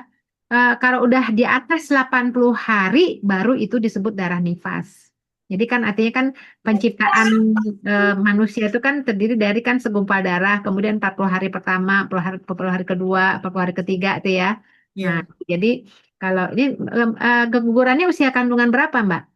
belum ada 2 bulan, Ustazah. Oh iya, jadi itu memang ulama beda pandang menganggap itu bukan darah nifas, itu darah istihadoh. Nah, kalau diambil pandangan ulama mazhab Syafi'i ya kalau itu memang ada janinnya, memang terbentuk, ada tangannya, ada cikal bakal inilah manusia, gumpalan-gumpalan darahnya keluar nggak? Ya, ada Ustazah. Ada Eh, keluar. Menggumpal ya, keras ya. Ya, malah sempat dikuret juga waktu itu. Ya berarti itu udah dianggap ya. Kalau sebagian lagi mengatakan itu udah dianggap darah nifas. Biasanya nggak lama tuh, biasanya berapa hari keluarnya kan? Ya, nggak lama Ustazah. Hmm, Ya begitu. Heeh, heeh. Jadi tidak sholat pada saat itu ya. Oh iya. Heeh, heeh. Ya, Ya, makasih banyak Ustazah. Baik. Oke, alhamdulillah sudah terjawab tadi ya. Soal terima kasih atas pertanyaannya. Kita lanjut lagi Ustazah ya, berarti ya. Ayo Oh ya. silakan. Oke, saya bacakan di room chat. Izin bertanya Ustazah dari Mbak Buria R. Izin bertanya Ustazah, saya terkadang mengalami flek setelah haid selesai. Yang terakhir case-nya seperti ini kalau diuraikan. Wah, panjang nih, bentar. 8 hari warna haid merah, 4 hari bersih, 7 hari flek kecoklatan coklat kemerahan. Kalau kebiasaan haidnya biasanya 7 sampai 8 hari. Pernah saya ke dokter memeriksa diri kalau dari dokternya mencurigai adanya polip di rahim. Hanya saja harus diperiksa lebih lanjut. Yang ingin saya tanyakan adalah status flek setelah haid tersebut. Apakah termasuk haid atau istihadah? Ya. Istihadah. Jadi ini memang polip di rahim ya. Saya juga pernah mengalami juga ya. Jadi kayak begini juga modelnya lama gitu ya. Setelah diambil tuh baru apa alhamdulillah tuh jadi normal. Jadi berdasarkan kebiasaan aja. Ya kebiasaannya memang 8 hari haid ya. Udah itu aja. Yang sisanya itu dianggap istihadah. Ya cek apa flek coklat kemerahan itu udah nggak usah diabaikan aja. Ya karena itu memang ada sesuatu di rahim ya. Begitu aja. Bismillah yakin aja. Dianggap istihadah gitu ya. Jadi tetap memperlakukan kebiasaan itu sebagai dilanjutkan aja kebiasaannya haidnya itu. Oke, yang paling penting tadi sih poinnya mencatat ya Ustazah ya, supaya kita tahu Iya, kebiasaan kita kapan ya. betul. Iya, Mm-mm. betul-betul. Oke, Ustazah, syukran jawabannya. Lanjut lagi ya. Dari Bu Ina, izin bertanya Ustazah, Mm. terkait masalah qada sholat. Saya adalah wanita bekerja, saat pagi berangkat kerja masih belum bersih. Saat yang di tempat kerja sudah bersih, keluar lendirnya bening. Sementara tidak memungkinkan untuk mandi di tempat kerja. Jadi mandi pas pulang dan waktu sholat yang sebelumnya sudah lewat. Apakah saya harus kode sholat yang sudah lewat tadi jika kondisinya seperti itu?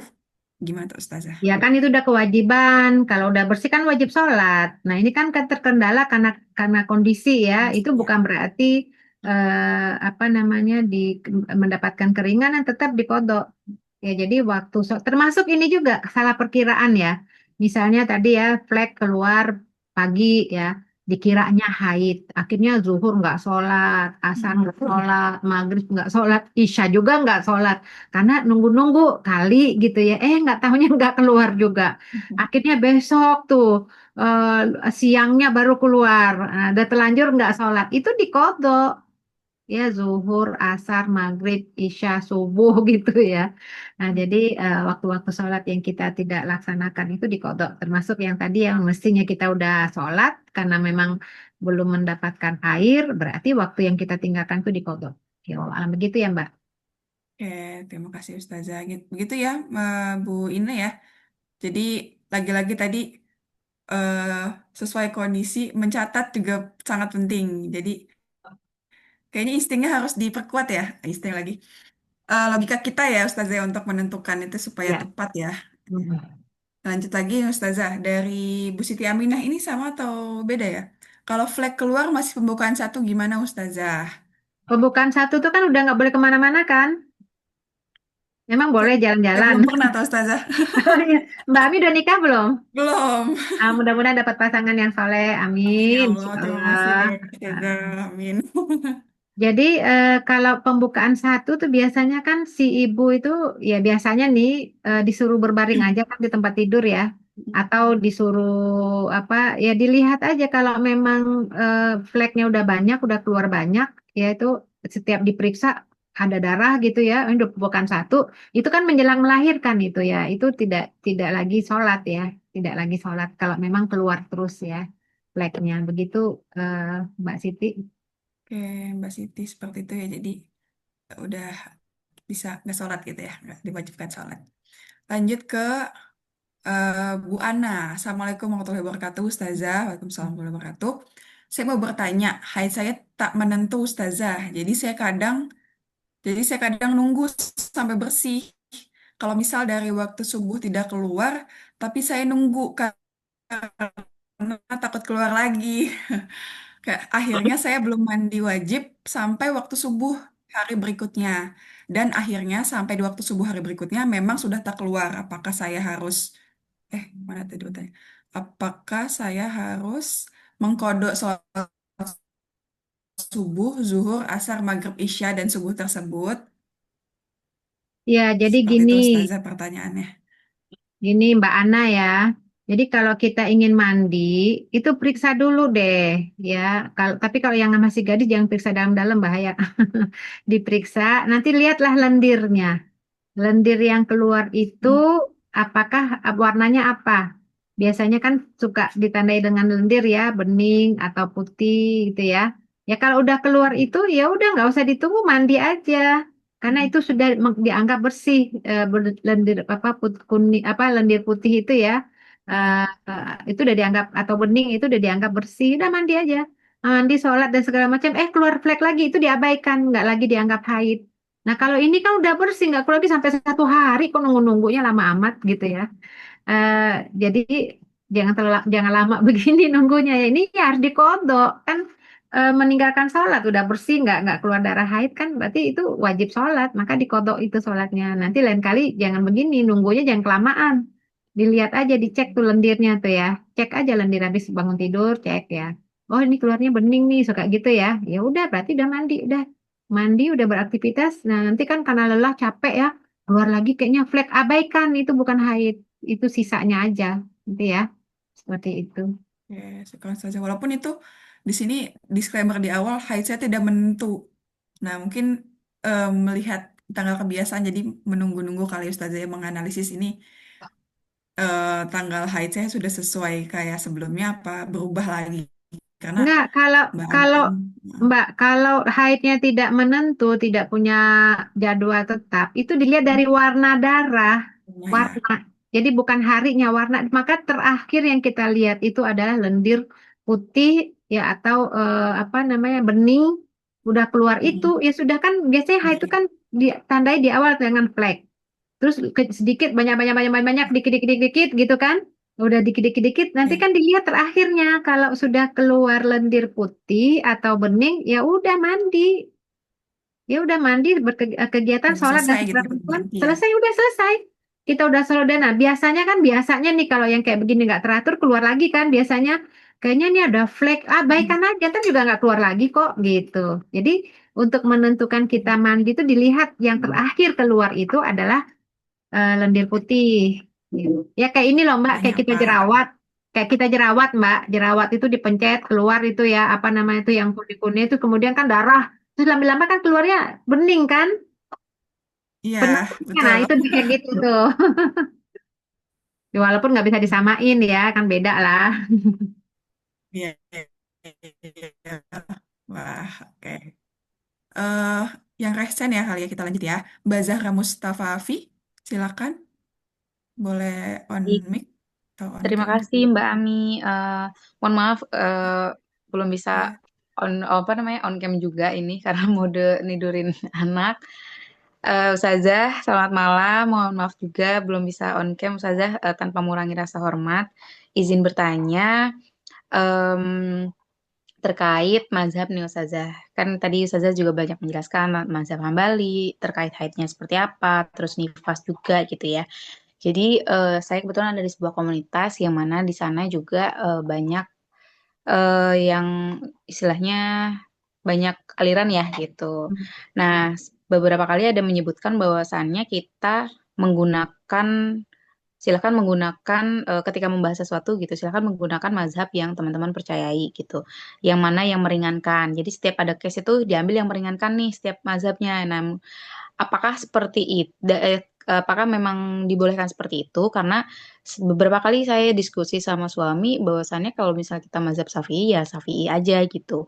Tidak bisa mengambil yang paling ringan di setiap mazhab, di setiap case seperti itu. Tapi mau menyampaikan takut saya salah menyampaikan atau ilmu saya mungkin belum apa namanya ada yang saya tidak tahu dan teman-teman lebih tahu gitu. Jadi saya lebih banyak diam. Tapi juga kalau misal tidak menyampaikan, khawatirnya saya juga malah tidak menyampaikan ilmu gitu, Ustazah. Jadi kayak bingung ya mau menyampaikan seperti apa, seperti itu.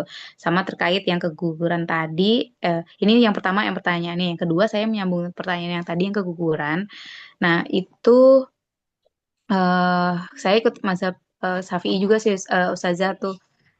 Cuman tadi kebetulan ditanya gitu ya. Nah, kalau saya 3 minggu dan itu sudah berbentuk berarti emang tidak sholat gitu ya Ustazah. Dan kebetulan memang haidnya 45 hari gitu Ustazah. Tapi khawatir kemarin itu juga salah persepsi karena ya itu tadi ini pertama kali gitu ya terjadi dan belum ada di keluarga juga yang seperti itu. Tanya suami juga suami kurang memahami jadi memang belum ada bertanya dengan yang ahli gitu saja. Jadi kami makamkan si apa namanya janin tersebut yang masih Pak, terbungkus berapa sama berapa usia kandungannya, kegugurannya? 8 minggu saja. Udah 8 pas minggu itu berarti tiga berapa bulan hari? Hah? eh 3 bulan kurang Dua, 2 minggu saja. dua, Eh 2 bulan ya, 8 dua minggu ya, bulan ya? dua Iya 8 bulan kan? minggu. 2 bulan 2 kan? bulan ya? Oh iya Mm-mm. 2 bulan ya. Dan itu udah terbentuk kepala, tangan, ya saya melihat ada jari-jari kecil gitu Ustazah, sama kaki juga. Nah itu tuh tapi masih terbungkus Ustazah, masih terbungkus lengkap sama si apa namanya selaput ya. Apa Mm-mm. namanya? Nah itu saya lihat, nah melihat dari situ maka saya mengambil yang bahwasannya ini sudah masuk ke nifas gitu. Itu sih saja yang patokan yang saya ambil kemarin, maka dimakamkan sesuai dengan seperti biasa, seperti itu sih saja. Mungkin kalau misalnya ada kesalahan, apakah saya harus mengganti sholat atau bagaimana? Tapi kalau misalnya tidak, berarti alhamdulillah tidak ada kekeliruan gitu ya saja. Terima kasih. Ya, baik, Mbak. Jadi gini, ini memang permasalahan fikih itu memang terjadi perbedaan-perbedaan pandangan itu memang sudah menjadi keniscayaan ya, karena memang pembahasannya itu berdasarkan persepsi para ulama dan kaitannya dan memang di masa Nabi juga udah ada perbedaan pandangan ya, artinya sahabat berbeda pandangan ketika disampaikan kepada Nabi, Nabi tidak menganggap itu suatu hal yang perlu di apa namanya dikonfrontasikan. Artinya Rasul tuh menerima ya perbedaan pandangan ketika terjadi sahabat berbeda gitu ya. Banyak hal ya, misalnya ini contoh ya, kenapa makanya timbul mazhab tuh gitu ya. Misalnya 2 orang sahabat dalam musafir mau sholat nggak ada air, akhirnya mereka tayamum kan. Nah jalan lagi ternyata ada air. Nah itu gimana tuh? 2 orang nih berbeda pandangan. Yang satu nggak sholat kan udah sholat tadi nggak ada air kan udah tayamum udah sholat udah selesai. Yang satu lagi mengatakan ini ada air, jadi tayamum tadi nggak sah batal. Akhirnya dia ngulang sholat. Nah yang dua-dua gini Rasul tuh membenarkan dua-duanya. Nah jadi akhirnya kan apa yang dialami sahabat dia mengajarkan kembali kepada tabiin dan seterusnya kan akhirnya muncul perbedaan pandangan sampai dengan permasalahan agama. Makanya 4 mazhab yang terkenal dulu mazhab banyak. Mazhab Hanafi itu ya di Kufah, Maliki, Syafi'i, Hambali itu kan silsilatul mazahib ya. Silsilah mazhab itu ya Imam Malik muridnya Imam Syafi'i muridnya Imam Ahmad bin Hambal. Cuman karena perbedaan pandangan dengan gurunya tuh mereka akhirnya berbeda. Nah, intinya sekarang kita ini kan tidak belajar mazhab. Kita kan belajar Islam dari guru ya. Jadi tolabul ilmi lah ya. Paling tidak kita tidak bisa saling menyalahkan. Ya, contohnya misalnya gini deh, di Indonesia ini kan dua organisasi besar seperti NU dan Muhammadiyah. NU itu mazhab Syafi'i, ya artinya Bahtul Masail, apa namanya bidang fatwanya itu kan Bahtul Masail itu mengambil dari rujukannya kitab Imam Syafi'i. Ini contoh aja ya, misalnya di Indonesia, contoh dua organisasi ini ya. Muhammadiyah misalnya itu mengatakan kami tidak bermazhab. Karena Rasul tidak menyuruh kita bermazhab, kita belajar Islam. Nah, mereka tuh kalau mengeluarkan fatwa tuh ada tim tarjihnya ya di Muhammadiyah. Itu sebenarnya mengeluarkan semua dalil-dalil yang ada, yang bisa jadi itu adalah pandangan salah satu imam mazhab ya.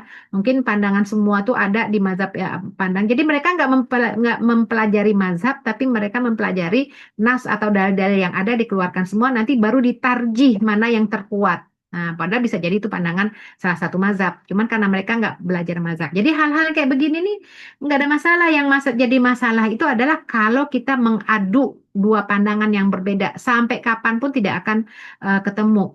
Ya, intinya benar ya. Kalau kita yakin dengan pandangan ini, ambil silakan. Tadi misalnya, udahlah mazhab Syafi'i, ya udah silakan, nggak masalah. Ini banyak loh perbedaan pandangan masalah fikih dari hal yang kecil sampai yang besar. Contoh misalnya masalah-masalah kecil ya kayak bersentuhan kulit suami dan istri setelah wudhu, batal atau tidak. Nah, itu kan beda pandangan.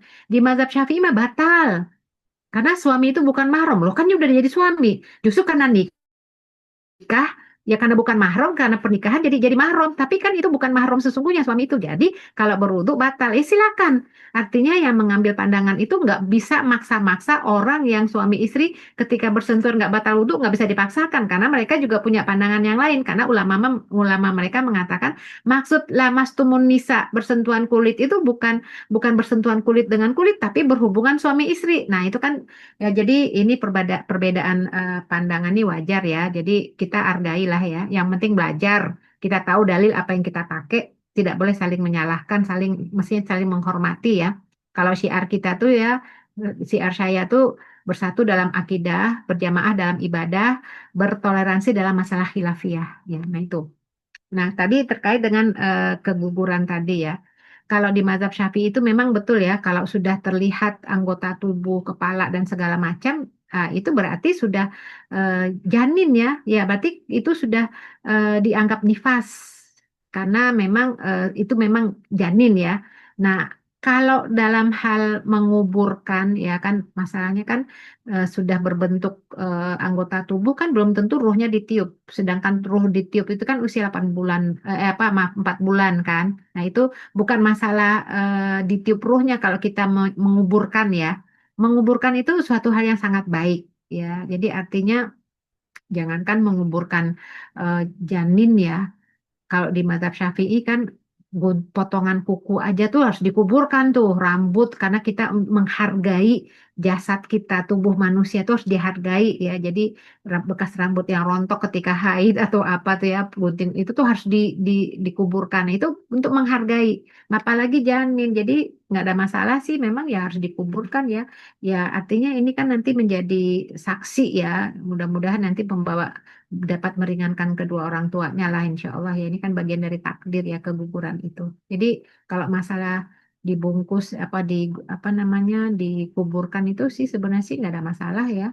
Memang kita harus menghargai ya jangankan janin ari-ari aja tuh yang itu kan juga harus dikuburkan ya untuk menghormatinya gitu ya. Wallah alam begitu ya Mbak ya. Baik, Ustazah, terima kasih atas ilmunya. Jadi dapat pencerahan apa namanya terkait mazhab juga gitu. Jadi emang sudah benar diam gitu ya dan tidak bukan untuk saling menyalahkan sebenarnya kayak benar nggak ya gitu. Dan Mm-mm. alhamdulillah ternyata memang ilmu saya yang belum sampai pada hal itu gitu dan sudah apa sih namanya ditambah gitu dari Ustazah dan terkait keguguran alhamdulillah berarti memang saya tidak perlu mengkodok ini ya sholat karena memang sudah sesuai gitu ya Ustazah. Mm-mm. Ya, terima kasih Ustazah. Ya, Alhamdulillah udah dijawab tadi ya pertanyaan dari Mbak Zahra. Izin bacain lagi ya Ustazah ya, masih Ya, ada Ustaz. pertanyaan Mm-mm. dan masih ada waktu 9 menit lagi. Dari Bu Eli, ini dari admin. Asal Karawang, usia 50. Pertanyaannya, sudah 2 pekan ini saya ada flek. belum waktunya haid, gimana ini hukumnya? Apakah perubahan ini sudah termasuk masa premenopause? Sehubungan jadwal haid sudah tidak beraturan. Ibu, Kira-kira itu, bi- Ustazah. ibu itu biasanya haidnya berapa hari biasanya? Ini yang bawahnya sama-sama Bu Eli yang sama bukan ya? Bu Eli, ada Bu Eli di sini. 5 hari itu dihitung dari hari pertama haid atau pas hari terakhir ke haid berikutnya? Nah, Oh. Halo, Assalamualaikum. Waalaikumsalam warahmatullahi Waalaikumsalam. wabarakatuh. eh Ustazah, ini tadi saya yang mengirim pertanyaan. Mm-mm. Maaf juga ini tidak mengurangi rasa hormat, saya tidak on cam. Jadi kalau saya biasanya 8 hari, Ustazah, 8 hari haid. Mm-mm. Cuman udah beberapa bulan ini eh haid saya tuh tidak beraturan gitu. Mm. Jadi haidnya itu flek gitu, panjang terus eh apa ada darah 3 hari terus flek lagi. Biasanya saya rutin tiap bulan itu 8 hari dan itu eh, lancar gitu haidnya. Cuman ya mungkin 3 bulan 4 bulan ini saya mulai flek-flek gini. Pakai spiral Itu nggak, Bu? iya, Itu udah berapa lama spiralnya? spiralnya kebetulan ini saya belum belum dicopot-copot nih Ustazah, udah kelebihan 2 tahun mungkin. Ya Allah, copotlah Bu. Bahaya juga itu bisa jadi karena itu.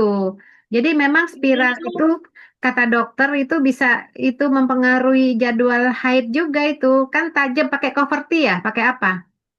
iya, Itu kan tajam. seperti Mendingan gini deh, buka aja deh itu khawatir nanti kemana-mana atau nggak ketemu lagi ntar. Nauzubillah min dzalik ya.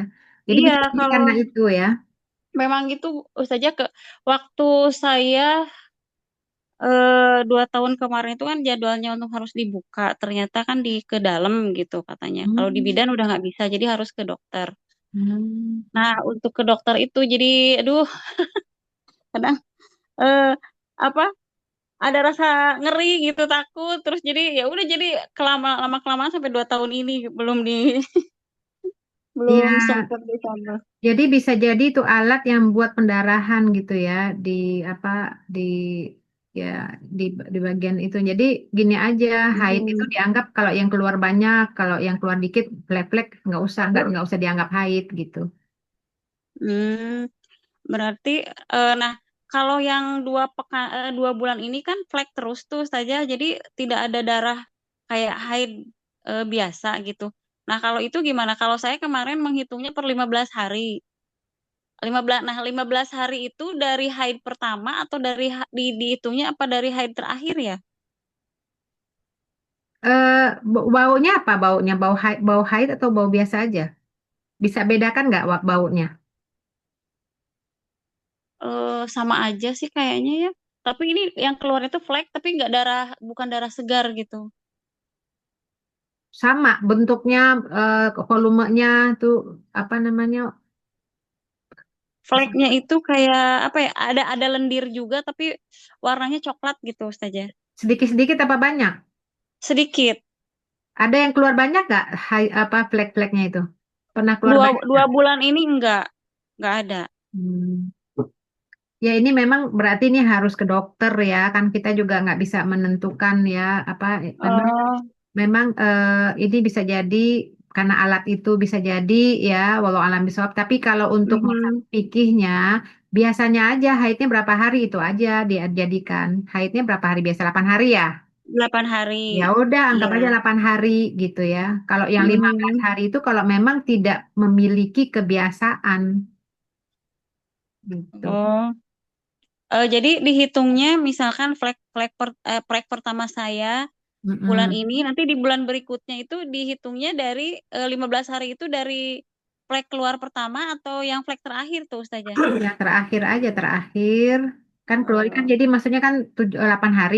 Nah, hitunglah itu 15 iya. hari nanti baru setelah itu. Heeh. Oh, iya. Tapi ibu Hmm. ke dokter ya karena memang Insya Allah. cukup Iya. ini juga ya. Aduh serem juga tuh kalau hilang. Kalau di USG ada sih Ustazah, cuman katanya memang sudah di dalam, jadi memang harus memakai alat dokter gitu. Hmm, Iyalah, Insya mudah-mudahan. Allah nanti saya ini deh diusahakan ke dokter. Nah, ya daripada nanti Iya. mencegah lebih baik daripada ini yang Mhm. mengobati ya. Iya, iya. Jazakillah Ustazah. Oh, iya, Ki. Hmm. Alhamdulillah. Ya, Alhamdulillah udah dijawab ya. Ya, seolah ya Bu Eli, semoga sehat selalu dan keluarga juga sehat. Ya, oke. Tadi pertanyaan terakhir ya kalau di room chat ya dari Bu Eli.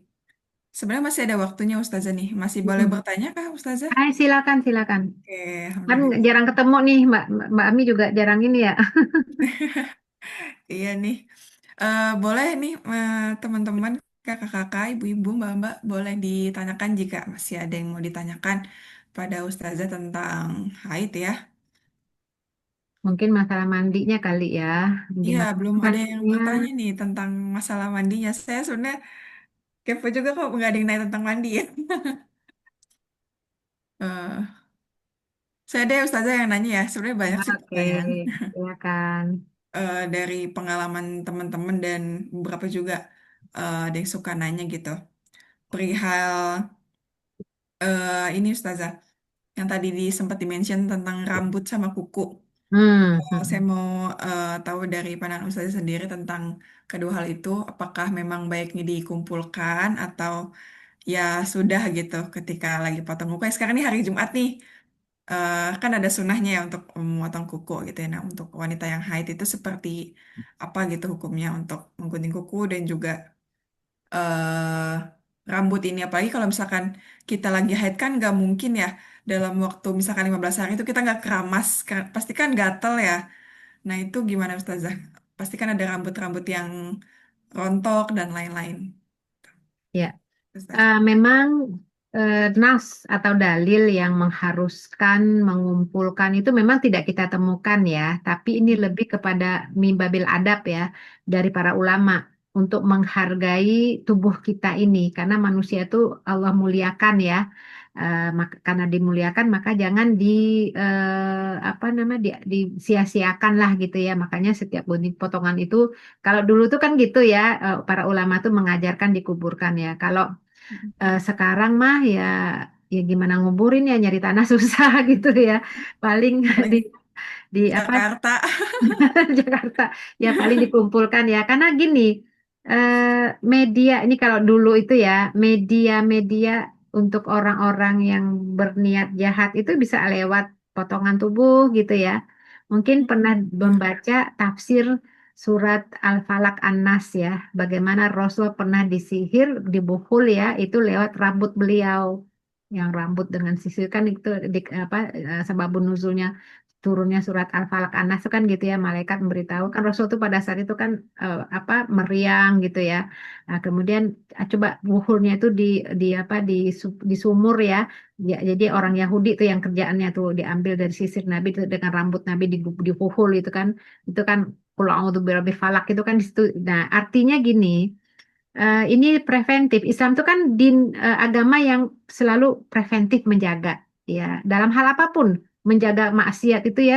Jadi kayak zina tuh jangan nggak perintah itu jangan la taf'alu zina, jangan kamu berzina, tapi la taqrabuz zina, jangan dekati itu kan preventif. Nah, seperti ini juga ini bisa jadi ya Allah alam bisawab preventif ya itu satu ya dari media-media gitu. Yang kedua tadi itu ini yang kedua yang pertama tadi itu untuk menghormati jasad kita. Nah, sekarang ini paling tidak dari sisi kesehat kebersihan kerapian kayaknya di meja maka ada rambut kayaknya nggak ini deh gitu ya kayaknya nggak banget lah gitu ya kurang apa ya tidak mencerminkan adab gitu ya jadi memang rapih bersih itu kan bagian dari ajaran Islam. Nah, jadi terlepaslah itu pandangan ulama kita menghormati anggota tubuh kita ya kita sebaiknya memang itu mimbabil adab ya rapi, enak dilihat ya kan nggak bagus juga di meja ada potongan kuku gimana ceritanya tuh.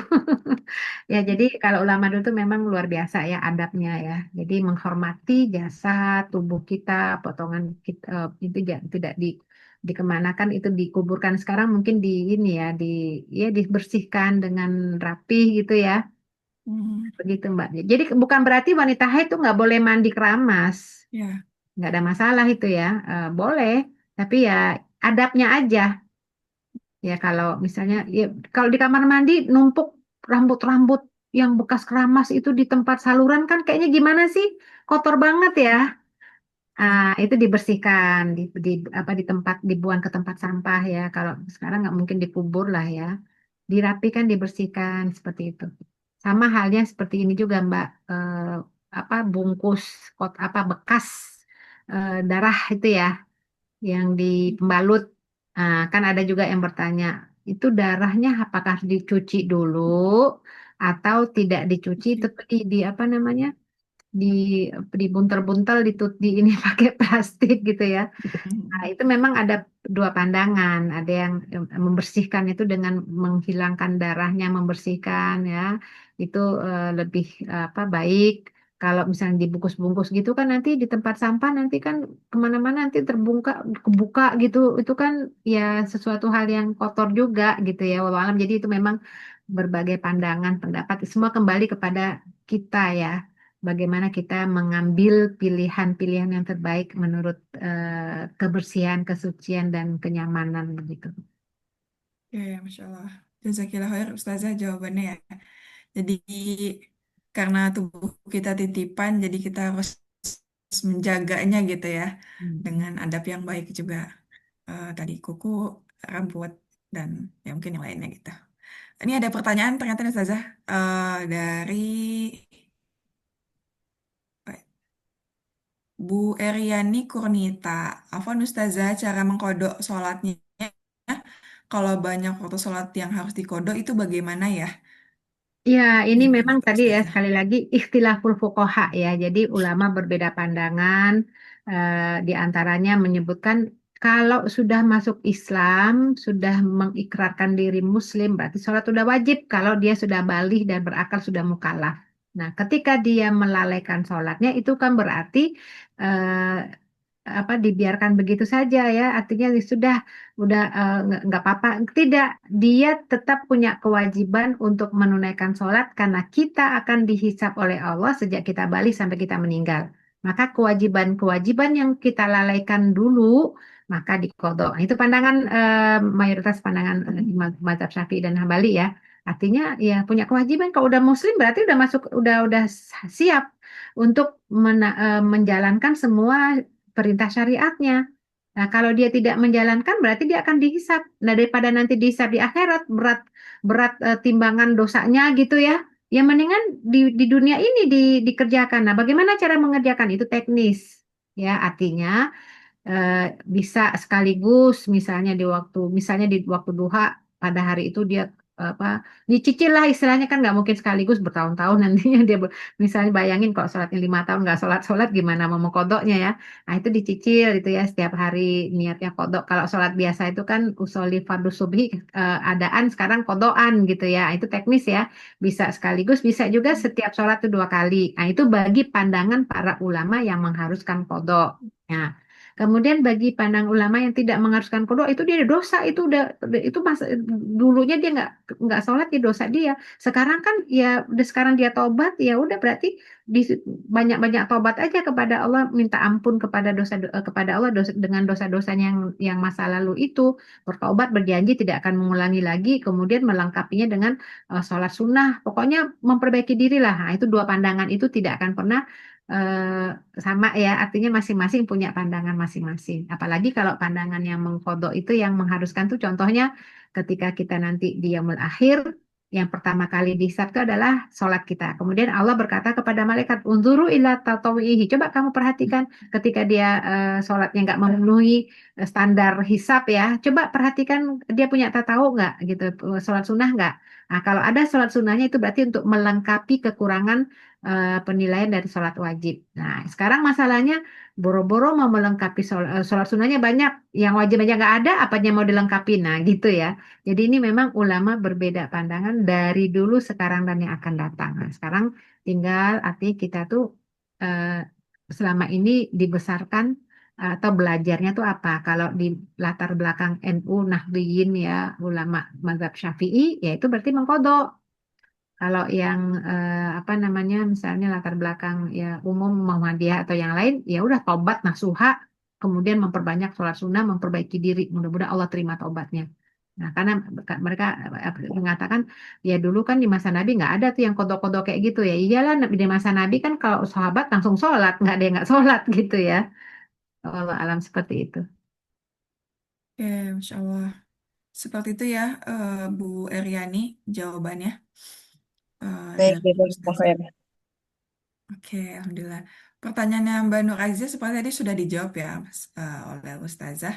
Dan kebetulan juga waktunya sudah habis nih Ustazah, untuk kasih tanya jawab. Jadi terima kasih ya kakak-kakak, teman-teman, ibu-ibu yang sudah bertanya. Semoga tadi bisa diingat jawabannya dan jadi solusi juga bagi kita bersama gitu ya.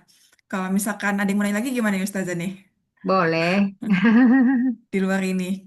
Boleh, boleh. Nanti kan ada Boleh ininya nanti silakan kan. menghubungi panitia. Ya kan terhubung dengan WA grup nggak? Ini semua nggak ya? Ya, Terhubung, Ustazah. ada Hmm. Ya udah nanti lewat WA grup aja ada nanti di, bisa. di WhatsApp grup ada. Jadi bila mungkin tadi ada yang lupa bertanya. Oke, karena waktunya sudah habis, jadi terima kasih banyak, Masya Allah ya, banyak buka ruang ruang berpikir kita tentang haid seperti apa dan sepertinya kita juga eh, perlu belajar terus ya, nggak berhenti sampai di sini. Karena tadi kalau sesuai sama surat Al-Baqarah ayat 222 itu akan banyak pertanyaan-pertanyaan lagi gitu ya Ustazah ya tentang haid. Oke, untuk menutup agenda malam hari ini, mungkin sedikit kesimpulan ya dari saya, walaupun tadi sangat banyak banget yang disampaikan. Poin-poinnya yang perlu diperhatikan tentang haid itu, yang saya catat ya ada 5 lembar ini, Ustazah. Yang pertama, ya haid itu sesuatu yang fitrah. Jadi kita sebagai perempuan, eh, ya layaknya perempuan yang sehat ya, merasakan haid sebagai sebuah fitrah yang memang harus kita terima dan kita coba menjalani secara pelan-pelan ya untuk bisa memahami hal itu seperti apa. Yang kedua tentang istihadoh, istihadoh itu di sini, wah ini catatannya sangat-sangat berantakan juga ya. Sebentar, sebentar. Oh ini batasan-batasan, batasan dulu deh. Batasan mulainya haid di sini kalau dari ulama mulainya 9 tahun untuk maksimalnya tanpa ada batasan. Nah, wanita yang sudah memiliki kebiasaan,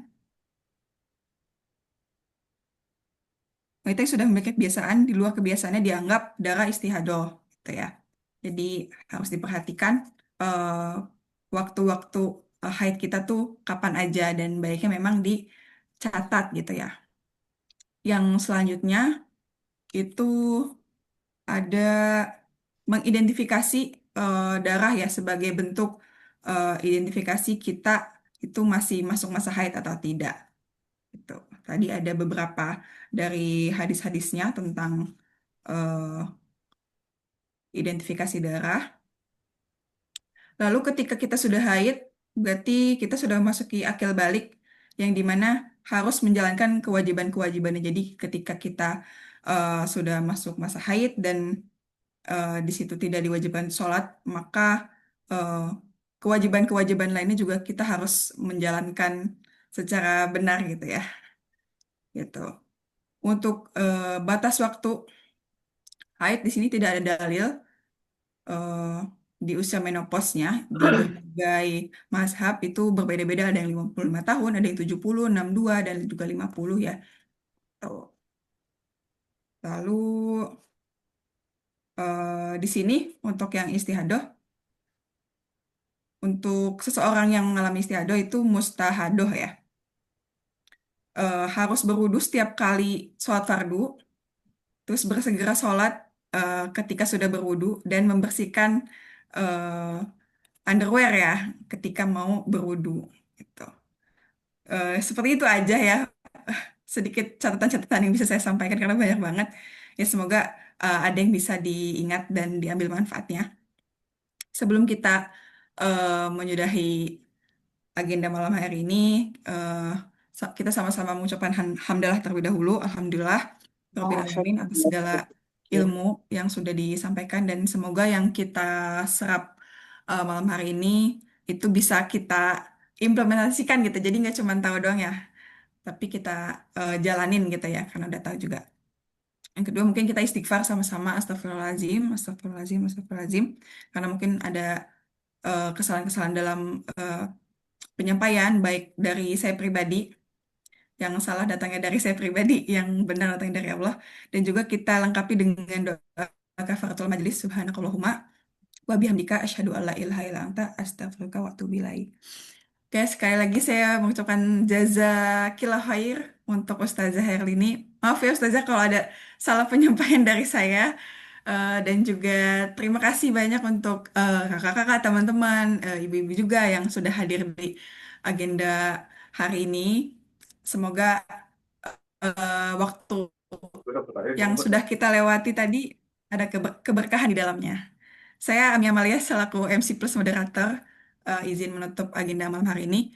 Saya tutup. Wassalamualaikum warahmatullahi wabarakatuh. Terima kasih. Waalaikumsalam warahmatullahi wabarakatuh.